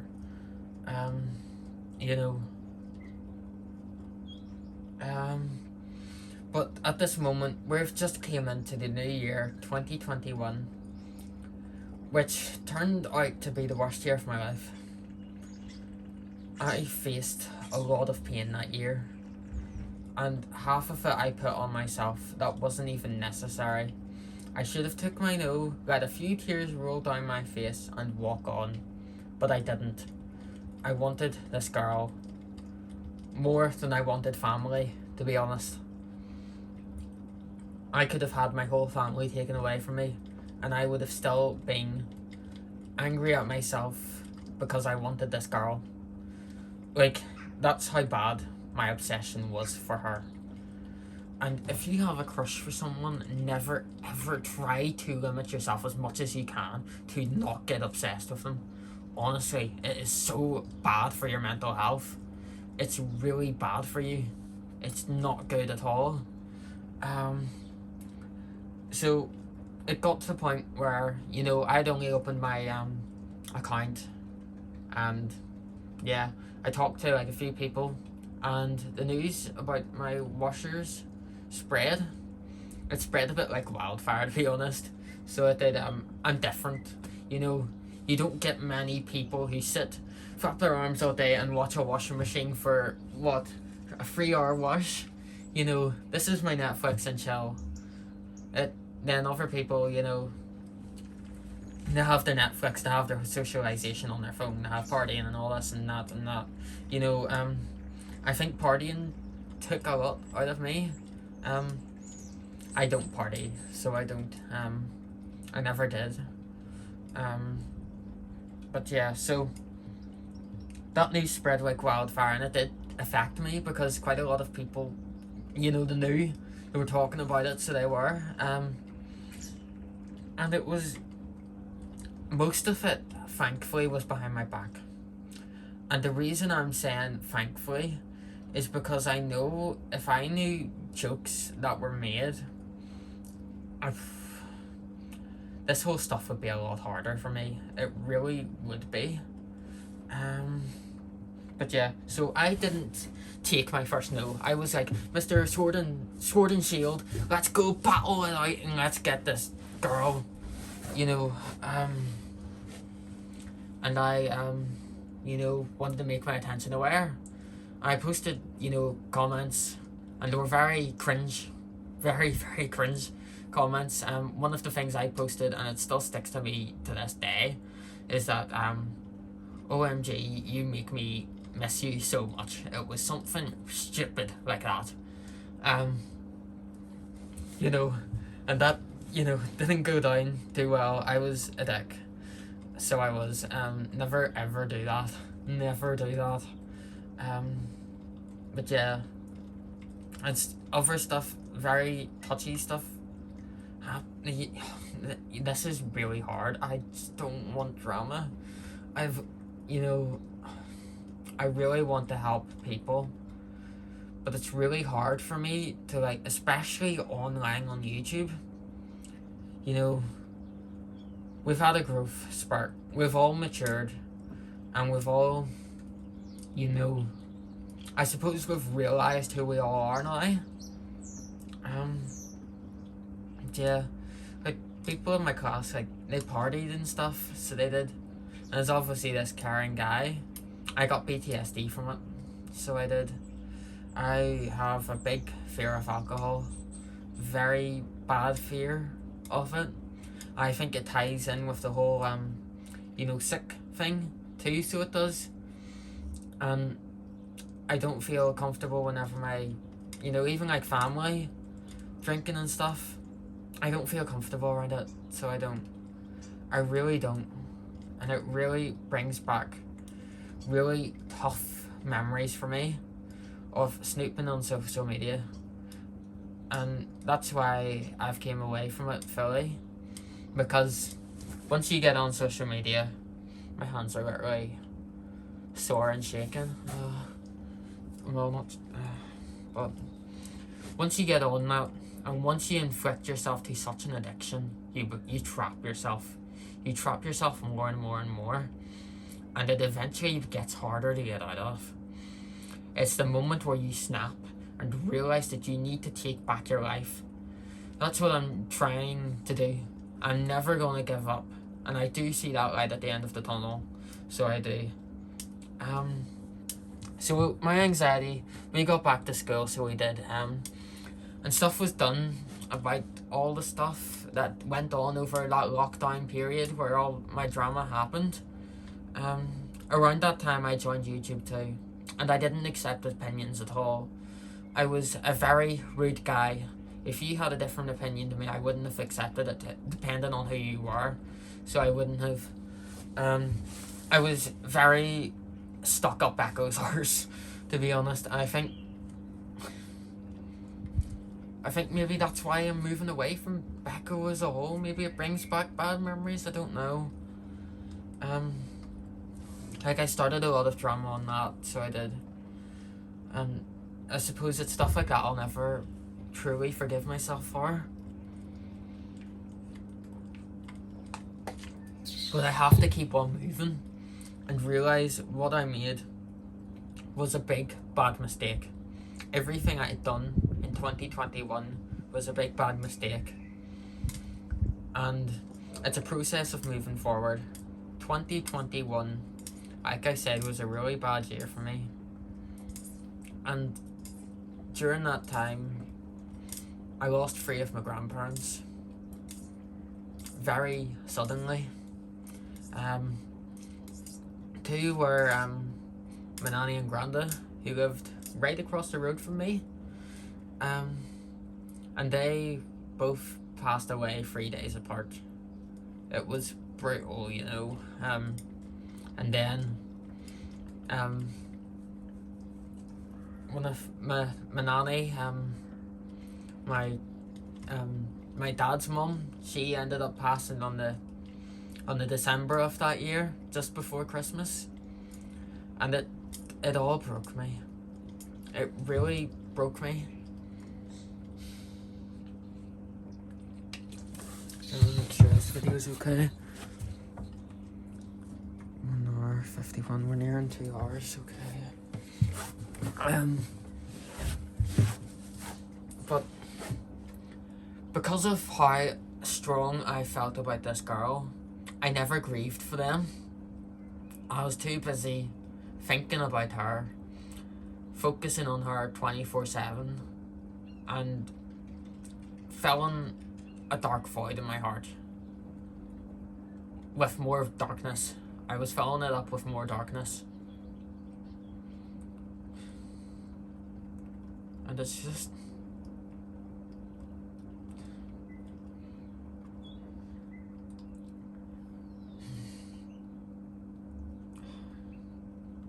it's hard.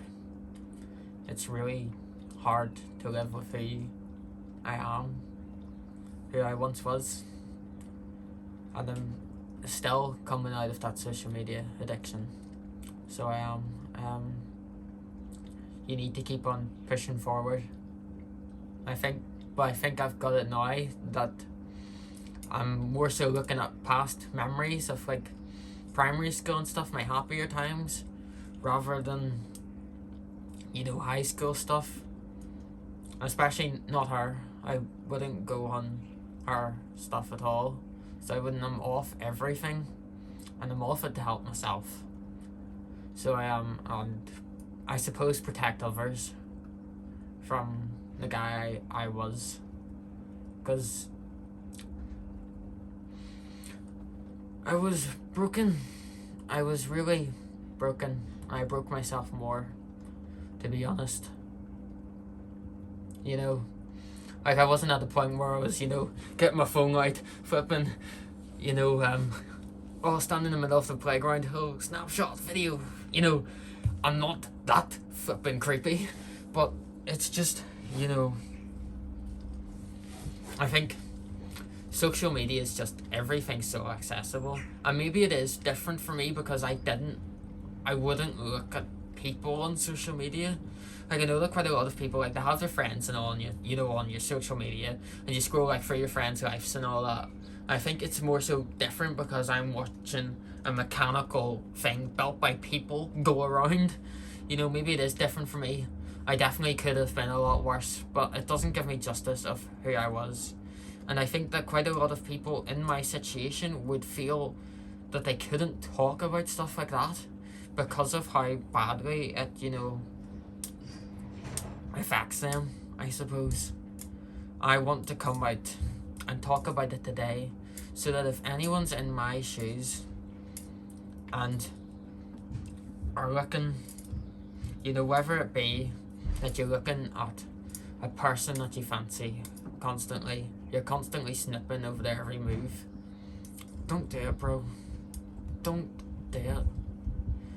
It's not worth it. If you really fancy that person, rather than focusing on them, focus on yourself. Grow. I heard this in a video. I've watched quite a lot of videos now on like people like talking about stuff like this, I suppose, but not my exact situation. Like the whole social media thing I haven't seen on at all, so I haven't really. And you want to focus on growing yourself in your garden. I know that quite a lot of, especially like men, I suppose in particular, like go to gym and work out and stuff. It never appealed to me, so it didn't. But it's a matter of you want to like get out and do stuff.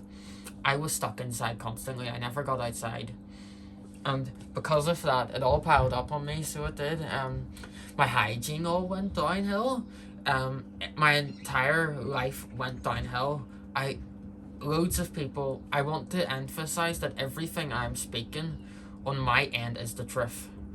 This is how I acted. This is how I done. This is what I done and stuff.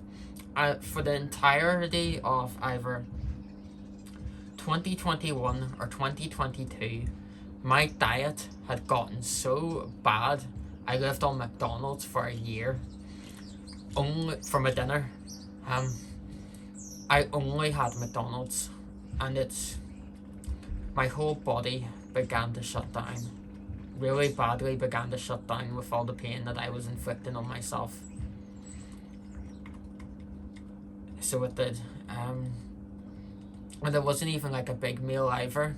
It got to the point where I was having kids' meals because that's all I could digest.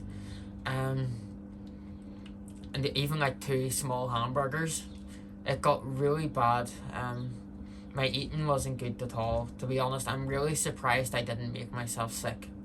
Really surprised. My energy levels dropped, and I lost all my endurance and stamina. Like even now, I struggle. I get out more now, definitely. I still struggle with my walking and stuff, so I do. Especially out in public, I can't really cope in crowded spaces anymore. And it's because my body is constantly getting fearful that I'm gonna bump into someone that I know, because it's very much scary for me. I couldn't imagine myself in that situation trying to make up a conversation, so I couldn't.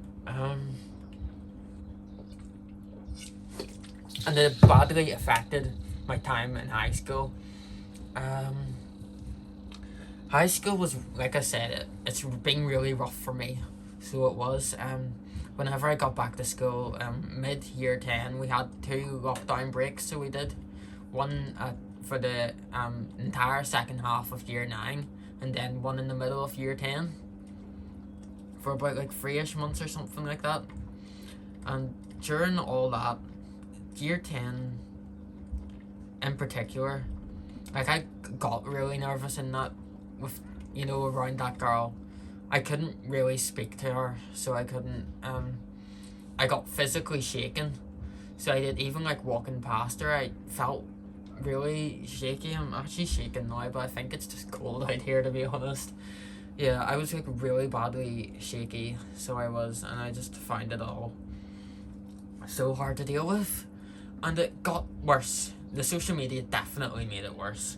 So it did. I was just stuck in such this addiction, with this phantom version of this person. I was stuck. I was well and truly stuck, and I done nothing to get myself out of it. I kept on subjecting myself to it. I suppose it's probably a similar thing to what people with like them other addictions go through. Like even like someone who's on full-time corn, like busting like 5 times a day, like that's crazy. That is a bit crazy to me, like. But like I definitely see it as a possibility with how, with how bad my life had gotten at that given point. And it's a matter of, it all happened for a reason. And I have full belief it all happened for a reason on my end. I definitely shouldn't have subjected and done what I done.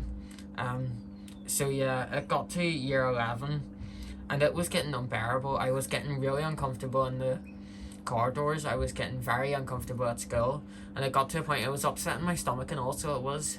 But it was probably with the eating too. The eating was, like I said, it was really bad. And it got to a point where I couldn't make it to school some days. And all these thoughts piled up, and I turned to SH. SH is, well, most people probably know what it means, but it's basically, what do you call it? I want to just say what it is, but this is YouTube I'm talking about, and I don't want this like restricted or anything. I want to keep it as not non-restrictive as possible. I want this to be out to as many people as possible, to make them realize there's hope in this world, that you can get past that you can get past that struggle that you're in, whether you've put yourself into it or not. You can get past it all. So yeah, it's basically, you know, yeah, you know what I mean. If you know, I think my eczema was thankfully, you know, a breakaway to get away from that. I suppose, like, I just, whenever I was like feeling like that, I scratched more, so I did, but I think it got more probably self-inflicted, so it was, but there were times like before I started school where I ran into that cardboard drawer, but I was very thankful I didn't do it. Very, very thankful. And whenever your emotions are so delicate, I think I should really tone myself down a bit, because I realised how delicate my emotions were at that time frame. I got help from school, but admittedly, school, they can't provide enough help. There's barely enough help in this world, to be honest, for issues like that. Just want to check my camera. It's all okay again. Been gone for 2 hours. And yeah, so like it's very hard to get, you know, help and stuff. But they tried their best, and they were so supportive of me. So they were like, you know, really happy to see me in and all. And I think, from what I've been told, you know, like a lot of my classmates missed me. So they did. But I think whenever you're in that situation, you just feel lost and broken. So you do, and you kind of can't really think about anyone but yourself and the people who you hurt. And in my situation anyway, that's the way it was for me. You know. But yeah, so it got to a point where I was struggling to come into school. And then on my last, it wasn't a case where it was, you know, sometimes I'd be in, sometimes I'd not. It kind of dropped really dramatically in like a period of 3 weeks, I think, or something like that, and then it dropped entirely. I was gone, you know. I found school very hard, so I did high school, in them last years I was there. So I did, like, my high school teachers were a mixture of good and bad. So they were, but I'm like a respectful guy, and I respect everybody for who they are and who they decide, you know. Like, I wouldn't be the type of person who'd say, I hate this teacher, I hate them so much. I never was like that, and I never will be. I wouldn't explicitly be like, oh, I hate this person. I think my addiction did turn hate towards that person I was obsessed with. I think that's the only main person. I've got a lot of anger from it. So I definitely developed anger issues from the pain I caused myself and others. So I did, but basically, on my last days of, you know, high school, like a few incidents happened, for me. And like I just struggled so much at them last periods. So I did, I found a lot of classes really hard for me to cope in. So I did, and to the point where there was probably only 3 where I felt okay in. All the others were bad, and then there was really, really bad ones. ICT was really bad for me.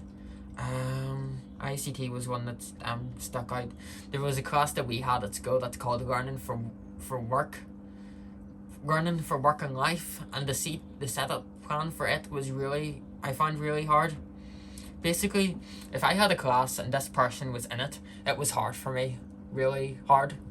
And if I had to get up and I had to like speak to people, it got hard. And it got to a point where I couldn't do much. So I couldn't, like even things like going to the printer, that's the main thing that made the ICT class really hard, because we were doing all this work on the computer and then we had to print it out and stick it into a folder. And my biggest fear was that I had printed out something and she had printed out something at the same time and that we were going to bump into each other. I just did not feel comfortable at all being near specific people. And to be honest, I do still have nightmares about it at night. I definitely have night terrors from school. I think it's something like my therapist has like noticed about me. I think it's quite hard for me to deal with at times, so it is. But yeah, I don't want sympathy. And the reason for that is because I look at it like I inflicted all this pain on myself. If I hadn't have done X, Y, and Z, the pain wouldn't have been as much.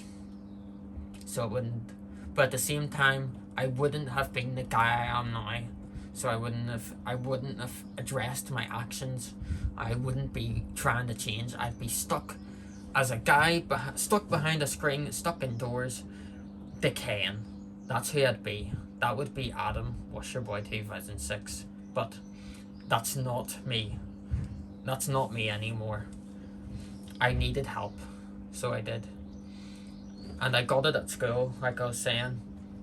But the counsellor, I can't really fault her. But she wasn't too great for my situation, so she wasn't.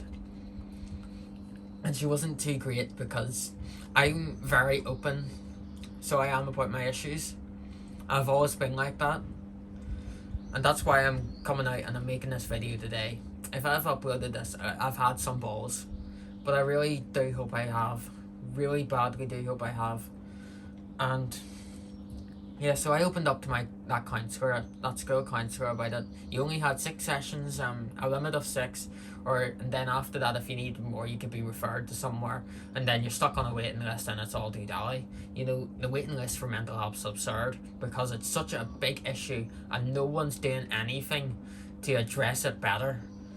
There's funding charities and stuff who are stuck struggling, who can't get funds, but they're busy putting funds into like all this stupid unnecessary stuff, putting stuff into a football stadium, putting stuff into, you know, all this unnecessary stuff, like millions and millions of pounds, but they're not putting stuff into you know, what do you call it, mental health, you know. And it wasn't a big thing back in the day too. Whereas it's now, especially with social media. Social media is the root cause of mental health issues. If social media was absolutely wiped, there probably wouldn't be as many. But at the same time, there is still a positive on social media. I can reach out and help others. For example, like I'm doing now, it can help you to stay connected. There's a lot of positive and negatives. But I do find that the likes of Instagram and Facebook do trap you in them, and they will not let you go. So they won't, and that's very, very hard. So yeah, I think one of the main reasons I didn't feel comfortable in high school, along with that, is incidents that happened to me. Obviously the whole washing machine thing was very, very hard for me to deal with, but I have to say I appreciate every one of you who supported me in that time. If there's school ones watching this, genuinely thank you. I really needed that. Like, one of my friends was really supportive of it, and like, I suppose the kind of YouTube, I suppose it's a bit like you make money from it. You can make money from it. I could make money from this if I wanted to, but I'm never gonna make money from YouTube, and I swear I'm not. It doesn't interest me in the slightest. I really hope that future Adam, if you're watching this, please stick to that promise. I probably do have ads on my video because that's just YouTube being YouTube. I make absolutely nothing from my YouTube. I swear on my life about that, so I do. And I was going to whenever I got to 1,000 subscribers, but the whole setup was a bit of a nonsense, and then it said I couldn't because of my age, and it just made me realize later on that I don't need it. I don't need to make money from it, and it doesn't interest me at all. So I can't see me making money on YouTube, so I can't. But yeah, so I do really support the people who were really supportive of me in them hard times, especially like whenever the washing machine thing was going around like wildfire for me, because it's different, and whenever you have a unique difference, it's picked up and it's noticed. Don't be a person who's normal, because if everybody was normal, life would be boring. It's good to be unique. It's really, really good to be unique. Really good. I kind of wish that society would look at that more. So I do. I think one of the incidents that really happened for me in high school was that, obviously, like I said about the whole scratching thing, that's how I got rid of my anxiety. I'd pick my skin, and that's how I'd pour my anxiety through me and get it out. I had a really bad cut on one of my fingers, so I did, at this point in time that I'm talking about, and I was scratching it in class because I was getting really nervous and all, and the teacher pulled up about it and said a comment in the middle of the class, and it's something that really sticks to me. I know that she wasn't meaning harm, but my emotions were very, very delicate at that time, and I felt so uncomfortable in school that entire day. The exact comment that she said was, rather than picking our nails, we're gonna be paying attention to our work today. And I felt uncomfortable for about 15 minutes in that classroom. Whenever I was at high school, I was given a card where you could show it in class with my anxiety, where if you felt anxiety really badly perked up, that you could leave the classroom. But the whole system of it, if you have anxiety, was not good, because 9 out of 10 people won't be using that card because they'll be too afraid to get up in the middle of the class and leave. I do feel for everyone who's going through something similar to me, where life has just came to a complete standstill, because it's brutal. It's really brutal. But I promise you, there is a light at the end of the tunnel. Do not end your life. Do not do it. I feel so damn sorry for every person who has them thoughts day in, day out, because it's painful. It's really, really painful. I was very lucky, where the worst I got was that I wanted to run away and be left by myself to rot. And I tried that one day while I was done with school. I finished school in year 11, in the February 2022, I think it was, whenever my YouTube really started to take off. Pretty much the exact time I got my Dyson Contra rotator, I finished school, and I would never go back. Apart from one day. Actually, no, 2 days. So I stayed away from school, so I did. And I began to rot at home. I was stuck on social media, and I was stuck with this phantom version of this girl. So I was very badly stuck with it. And I continued to stay stuck with that phantom version right up until the middle of 2023. And that's how much my anxiety affected me. It became a coping method. So it did. It became a really bad coping method. So it did. People may look at it, oh, you're just looking at what this girl's posting publicly on her social media or whatever. I just can't look at it like that. I can't look at it like that because I'm not happy at who I was. I'm really not happy at who I was. Video's still going okay, yeah. I think I've got about another 45 minutes I can film for, I think. Yeah, but yeah, I really wasn't happy at who I was at all. At all. So I wasn't. And it was whenever I realised that I could pick myself up and get away from that I send that girl a message and say that I'm truly sorry for everything I done. So it was, although I didn't mention to her about this stuff, but you know, it's a matter of putting stuff in the past and overcoming addiction, because it's really hard, as I've said multiple times, and it's so easy to stay on that track. So it is, and continue to run yourself down the ditch.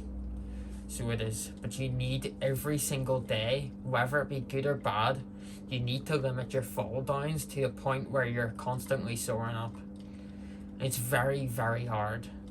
The longest streak I got's 20 days of no social media at all. And then I fell back down. But it's a matter of, you need to just keep on going at it. You cannot give up.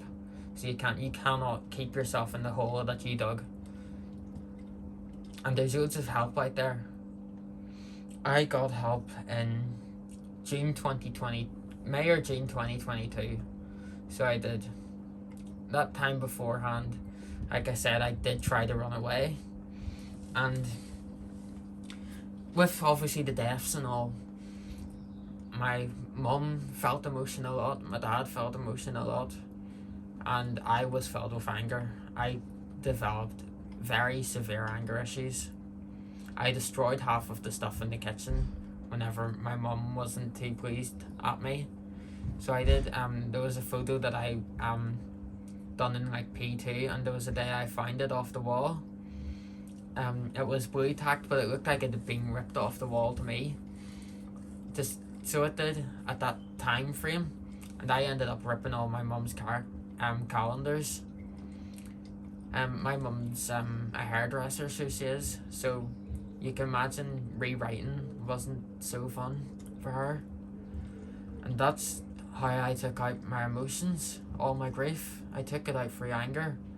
And I think it was anger at myself and that I didn't have her. So it was definitely about all of that. So it was, yeah, so it got to that, and I also smashed a photo in my room that I didn't like. So I need to like be honest, I've never ever had anger issues before.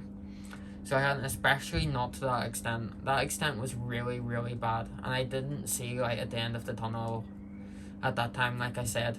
And so I did choose to try and run away. But the real problem was that it was the middle of the night and I couldn't go anywhere. So it's not like I can just stay huddled up on a street. I had to go home. So I did, and that happened, that happened in 2022. So it must have been around about 2022 where I had my McDonald's for a year, where I lived on them and my stomach absolutely wretched. Because the reason that happened is that I couldn't get dinner. So I was, because McDonald's on that day was closed, and I was like, what on earth am I going to do? I can't eat. And my dad hit me, like, you know, like, I suppose a punishing way. It's not like he fucking abused me or anything. He's not that type of guy.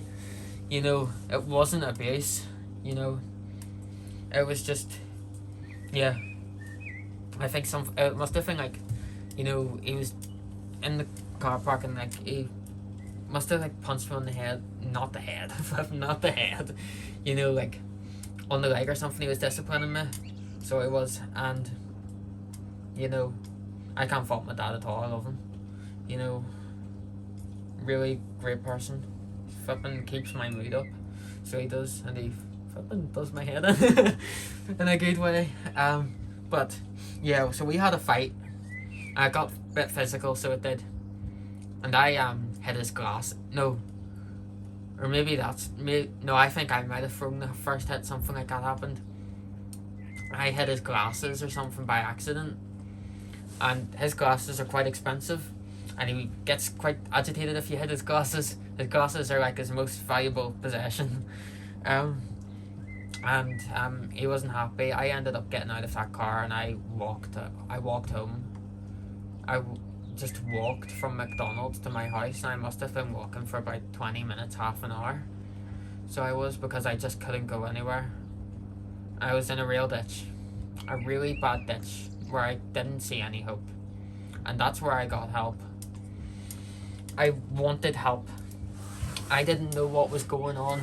I didn't know I had anxiety at that point. I didn't have a clue why my emotions were like that, and why I was going the way I was. And my mum's at the thing dancing. Lovely.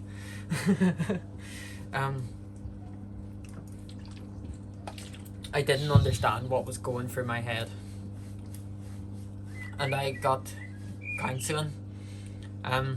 If you live in Northern Ireland, the place is called Emerge, and they're flipping fantastic. I wouldn't be the guy who I am now if it wasn't for them picking me up from from that pit. I wouldn't be. I lost all hope, and I got art therapy done there. I still get it done now, so I do. I've been there for coming up to 2 years, maybe just past 2 years now. My mum's still dancing in the kitchen. That's crazy. Let me see, video time 2 hours 21. Lovely. So yeah. Goodness. Yeah, I've been there for about 2 years now, and there's been a dramatic change in my life. It's very, very hard to get help in this day and age because there's so many people suffering with mental health issues. My mum was practically begging on the phone to get me help. So she was, and thankfully I got it. She must have been on the phone for about a month or two before I got help.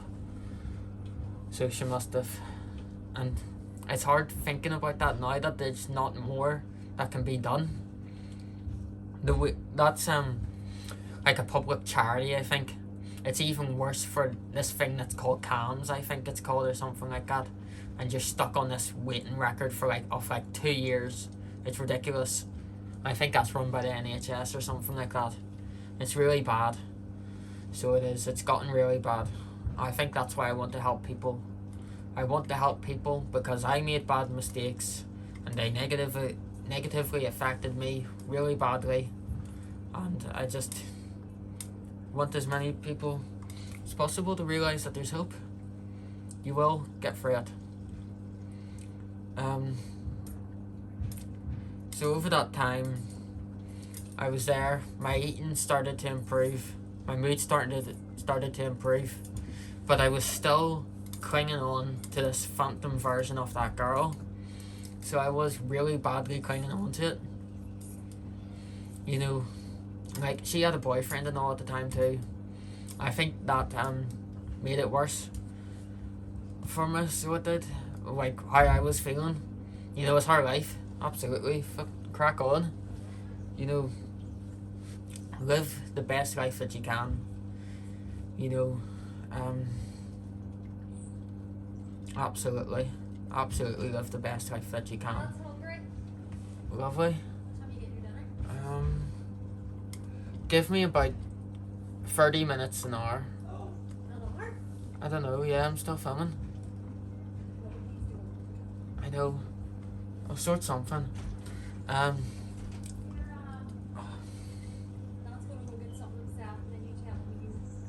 Yeah, okay.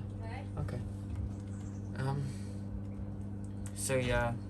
So I was still clinging on to that, and I was still clinging on to all that pain that I had inflicted on myself. That's the way I look at it. Whether it was two parties or not, I take full guilt on all my pain I caused, and I put it all on myself. So I do. I think that's just the way I go to accept things and to try and move on. So it is. But yeah, I got the help that I needed, and my life improved to the point where I did attempt to go back to school. So I did. I tried twice. I must have been about a year or so. Well, yeah, it was a year later. So it was, and it took me about 4 months to actually get going from the first start. And because of that, I lost all my subjects. I only had 2 left that I could do. Not even a choice that I could do, you know. I loved my technology and all. I loved, technology was like a getaway, so it was for me. I really liked it. So I did. I loved my maths. My maths teacher was a lifesaver. Really was. And do you know what? I think I am gonna say his name. He was called Mr. Bell. So he was. And he was, honestly, I'd probably go and say one of, if not the best teachers in that entire school. So he was really, really good fella. Really good. You know, he's definitely a person I look up to in a sense. So I do. You know, I was very lucky, and my last class at school was with him, so it was very lucky about that.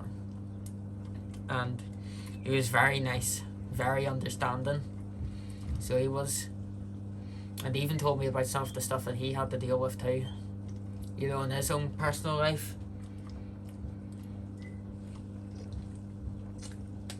I think it's a sense of, it's good to be open about your problems. Especially if it's like this, where if you're like a person where you can get through that, to help others is crazy. It's really good if you can help others, and that's what I want to do today. Because I presume this is probably gonna be the only video I do like this. But I really hope that there's someone on that end of that screen that I've helped. I really do. But anyway, I got to that last class, and finally after like I said, it must have been about 3 or 4 months, and I ended up having more subjects taken away from me, to the point where I was only left with maths in the end. I could only do maths, and I got into class, and half of the class were away on the trip. The ones where like my anxiety stemmed from, I suppose, were away in that trip too, and I got through that very well. I felt very happy, so I did. But then the next time came along, and I couldn't do it. I took the worst panic attack I've ever had in my life, and it's scarred me, and it gets me very wary of taking panic attacks that are very similar, because I have had panic attacks that are very similar to that one, but I have never ever had a panic attack that got so bad I thought I was gonna be sick. Genuinely thought my whole body closed up. I couldn't breathe. I physically couldn't breathe. I had a classroom assistant with me who was guiding me up the stairs. The classroom was upstairs, so it was on the first floor. Oh, yeah. Ground floor, first floor, yeah. I was guided upstairs. I seen a few friends, said hey, you know, they just walked past. It wasn't ready time for class. I must have came in about 15 minutes early or something like that. And yeah, 15 minutes earlier. And everybody was on break, so the hallways were all crowded and all. I took a panic attack bad. I had to get outside, so I did, and I was practically running with the classroom assistant to get out because I was so scared that I was going to be unwell in this hallway. You know, it wasn't good. And that's has scarred me quite a bit too, so it has. And I think, like, even like them dreams and stuff that I was saying about like my things, you know, were playing on me at night time. It's like I get my brain's like taking insults thrown at me. I don't get it. Like even ones who didn't like insult me or anything, you just feel like hated. I suppose you feel really badly hated whenever you're in my shoes. Is it away? I don't like them. Oh goodness. But yeah, I think that as a whole was like, you know, let me check this. We're okay, still 2.5 hours. Goodness. But yeah, so that was like, I don't get why, like even like 2 years on from being away from school fully, that stuff like that's still on my mind to this day. It's really weird. So it is, but I realised school was something I couldn't do. It brought back too much negativity to me and too much pain, and I just couldn't do it. And I realised that's a goal that I couldn't complete. And looking at it now, I'm glad. I'm partially glad that I didn't, you know, stay there. So I am. But like I can't fault that school at all, so I can't, you know. Like I wouldn't say it was a bad school. There could have been things done better, absolutely. But I do think it could have been a heck of a lot worse. Definitely. You know, yeah. Oh dear. So yeah, I gave up. I guess I gave up and I wanted to take another route. So I wanted to focus on myself, and I got to... Sorry, I'm not in the washing machine. So I focused on my counselling and stuff like that, so I did. And yeah, I realised I had to, like, I was going to have to do my GCSEs in college. You need them, so you do, to get anywhere in life. So you do. I suppose 2023 was where my life changed a bit dramatically, I suppose. I started work for, I started somewhat working for that commercial plans company, and then it went a bit head over heels, and I didn't really like it, to be honest. And it's not a business I would never go back into. You know, I'd never go back into it. I wouldn't work with commercial washing machines, at least not for someone. So I wouldn't, you know, not for me. I'd much rather work on these stuff. So I would. I think that might get to a point. Hopefully it shouldn't be too hard for you to hear me. It's just with the washing machine spinning and stuff. It's onto its rinses and stuff now, so it is obviously. But it's quite a quiet washing machine. I might leave that to spinning, you know, take a wee toilet break. So I might then come back, because you probably won't really be able to hear me over the washing machine. So you won't, I think. Well, I'll wait for it to properly get spinning, so I will. So yeah, so I focused on that. And my goal for 2023, I suppose, towards the end of it, was to start college. So it was, but I tried it a bit. I got a test done, and I just knew that this year I needed to focus on myself. I needed to put all my love and energy into myself to get me better. And that's where I addressed the social media issue. I finally got round to addressing it. I was like, I want to get out here again. I don't want to be stuck indoors like I've been. I don't want to raw away. So I don't. And that's whenever I started to open up about it. I kept all of that locked to myself. I finally got out in January of this year, where I stopped my counselling. I stopped it for a wee bit, and then I knew I needed to come back to help with this one issue. And I'm still growing, so I am. I'm doing a lot better now. So I am definitely doing a lot better. I'm definitely not as addicted to it as I once was. But it's a process of getting out of that addiction fully. So it is. And it's quite a difficult task. So it is. But I know I can get there. I know very well that I can get there. So I do. It just takes time. And so, going to backtracking a wee bit to 2023. It was 2023 where I discovered... Oh, it's coming to your camera a wee bit. Where I discovered that. Hopefully it's on the screen a wee bit. Hi. My faith and stuff. And it's something that I typically keep to myself. I think before I even start on this topic, you're absolutely allowed your own beliefs. Absolutely. And there's not absolutely nothing wrong with living life the way you want it. You know, the way you want to. But I think, for me, this helped me a lot. I think, you know, even like just suggesting the turn to it, you know, it can help. It can help. I think if I was where I am now, I wouldn't be, you know, if I was here today, I didn't have, you know, I hadn't gone to this, I wouldn't be making this video. I wouldn't be wanting to help others. And I'd probably still be stuck looking at them photos. Looking at that 18 stuff.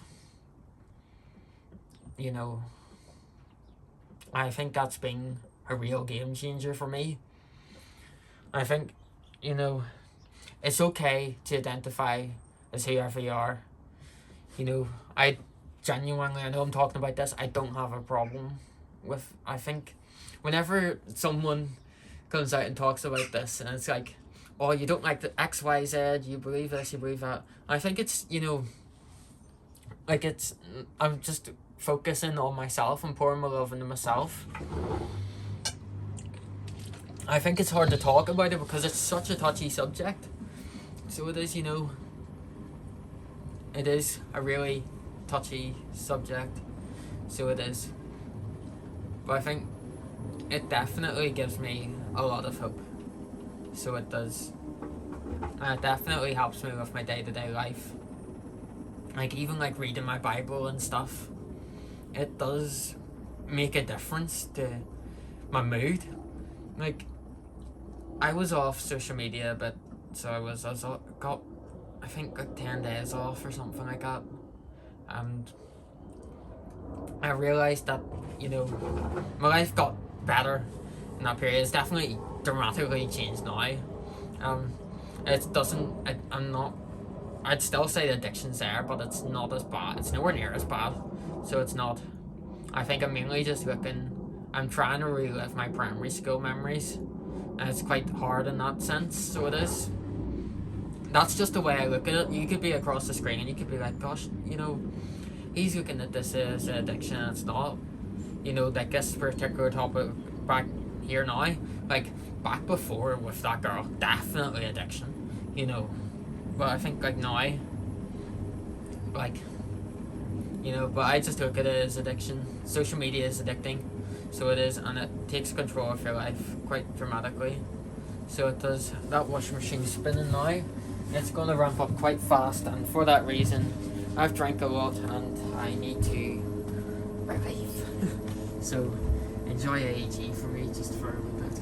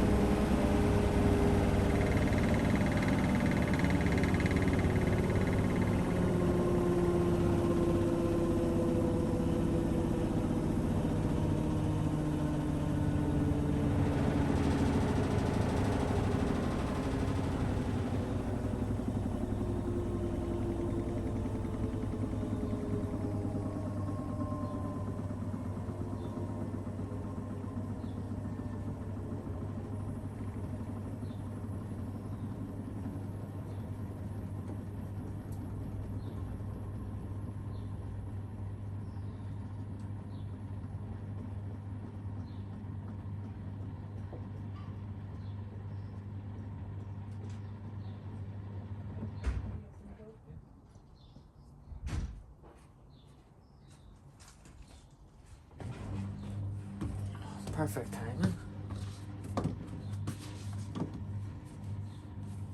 Oh dear.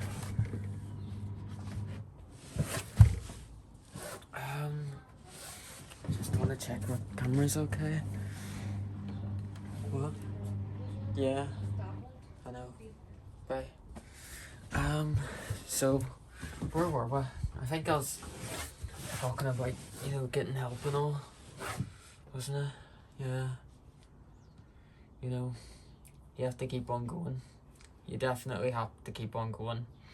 But to keep on going, you need a plan. And you need to stick to that plan. And it gets hard. It gets very hard. Because temptation could be lurking around the corner to suck you back into that pit. Especially whenever you're climbing out of it. But I think it's a matter of, don't take yourself for granted as if it's gonna get easy, because it's not. In fact, it'll get harder. It'll get very harder. Very much harder. I think I should probably make it aware that,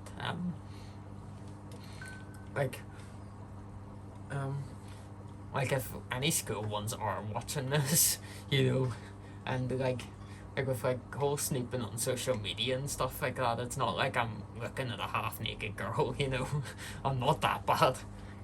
Not looking at a half-naked 15-year-old, for fuck's sake, but,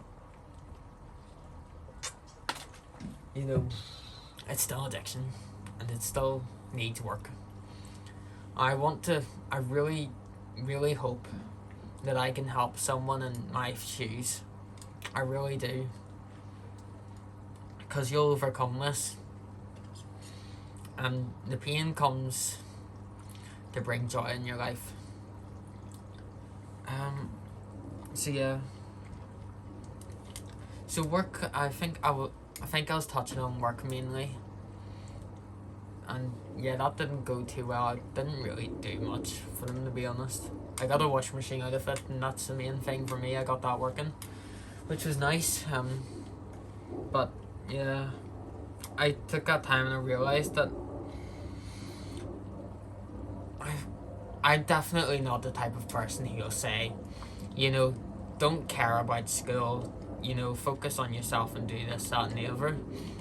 I think it is good to put care into your school, I sure did whenever I was in that stage, but at the same time, I was at the top of the class, towards the very top, and I fell and I left school with absolutely nothing. So I did. But by leaving school with absolutely nothing, that doesn't mean you don't have a purpose in life, because you don't have a set of A's, B's and C's to your name. That's not the case at all. So it isn't. You have a purpose. So you do. I think it's this here, my whole faith and all, that helped me find my purpose. So it really helped me find my purpose. There's a wee cat that comes into our garden every day, and it's just came over here. Aww. It's cute, I like it. Be cool if it came over and did the shed, but probably won't. But you always have a purpose in life. So you do. No matter who you are, no matter how much of a pit you're in, you have a purpose. And that purpose, it will somehow be revealed to you. So it will, one way or another. And I think that my purpose is to help people who have been through hell like myself. Whether it be a case that they put themselves through it, or whether it be others. I think it's okay to admit if you put yourself through it. If you done X, Y and Z and you wish you didn't do it. But it's important that you don't hold that against yourself in later life. It's important that you move on from it and that you learn from your lessons. I've definitely learned from mine. I definitely know, that girl and all who I was obsessed with, that wasn't love at all. And I know that, and I can take that out of that context, and I can use that in future, so that I know that, if there's a girl or whatever, I find them attractive, whether it's actually, love or lust. You know, it plays a big part, especially in teenage years, I find. I think for everyone, because I suppose everyone wants to get rid of their V cards too and all, and keep it, bro. You know, I suppose it's different for me because I don't know what that was like, you know, whether that became a thing in my school, like ditching them and stuff. And I don't really care, I suppose. So it doesn't, never really affected me. So it didn't, you know. But there's definitely hope, and it'll definitely be revealed to you. I think my hope was, you know, with Lily. I reached out to her, I managed to, and you know, I could have a day where I have her back in my life, maybe. I just don't know, but I think whenever you're in a time where you're in a waiting period, which I'm in right now, you need to pour that energy all into yourself rather than pouring it into others, you know, rather than chasing others to love yourself, focus on your goals and focusing on achievements. You know, I think I've definitely been doing that. Like, I've been stuck indoors for absolute ages. Like I was saying, I've lost all my stamina and all my strength. And I've been trying to get out, and it's very, very hard. Very hard. I get very panicky whenever I'm walking. So I do. Very panicky. It's as if my brain's like detecting like different like senses, and it's not able to like comprehend them. That's the only way I can like describe it as. And it does affect me, my day-to-day life quite a bit. But I know that there'll be a day where that won't affect me as much, where I can go into a shopping mall and be absolutely okay, where I can walk on the street, maybe even by myself, and be okay. I can't be by myself at the moment at all, so I can't, you know. So yeah, this is gonna be the first and the last life story video I ever make. I was saying, I completely forgot to go back to that thing I said about earlier, and it was about my whole anxiety and all. And my anxiety takes that and it turns it into that you know, sick phobia. And I think I look back and I feel I had anxiety from I was little, but not so much as it is now. I think anxiety is probably something that everyone has. Well, we'll all get anxious at times, you know, and all get nervous. But it's whenever it starts to really take over and control your life where it gets concerning. So it is, like whenever I was in primary school in P7, it sticks out to me a lot. I missed out on 2 school trips because I was too scared that someone was going to be unwell on the bus. And it very freaked me out. It freaked me out a lot, and I got really nervous and all, and I just couldn't do it. But you need to... it's so much easier to say than do, but you need to try and stop looking at worst case scenario and stuff like in situations like that, because worst case scenario is you don't help yourself. You're in a situation where you don't help yourself, and you need to help yourself to get moving forward. And whenever you get moving forward, you find hope. You know, I think my hope definitely comes a lot from that. So it does. It definitely makes me feel like I have a purpose. Hence me being here today to tell you all you have a purpose. You know, I suppose this goes into like my next chapter. I suppose with the, you know, the whole washer stuff. You know, I've had this obsession since I was, you know, 10 months old, and it's been there a lot. I did my family's washing, I done my own washing. My parents like practically never ever use the washing machine. I don't let them. So I use it and do it myself, and if they do use it, then it's a case where I'm standing there with them watching their every single move. You know, I think even like that thing that I was talking about with high school and all, if I hadn't have left school, I wouldn't have all this. So I wouldn't have had this shed, I wouldn't have had this appliance collection. I wouldn't be happy. I wouldn't be happy. so I wouldn't, you know, I think love shouldn't be a thing where you bounce from one to the other to the other to the other. You should get one and you should stick to it, you know. I think I was bouncing a bit all over the place in high school, so I was. I'm not proud of it at all. So I'm not.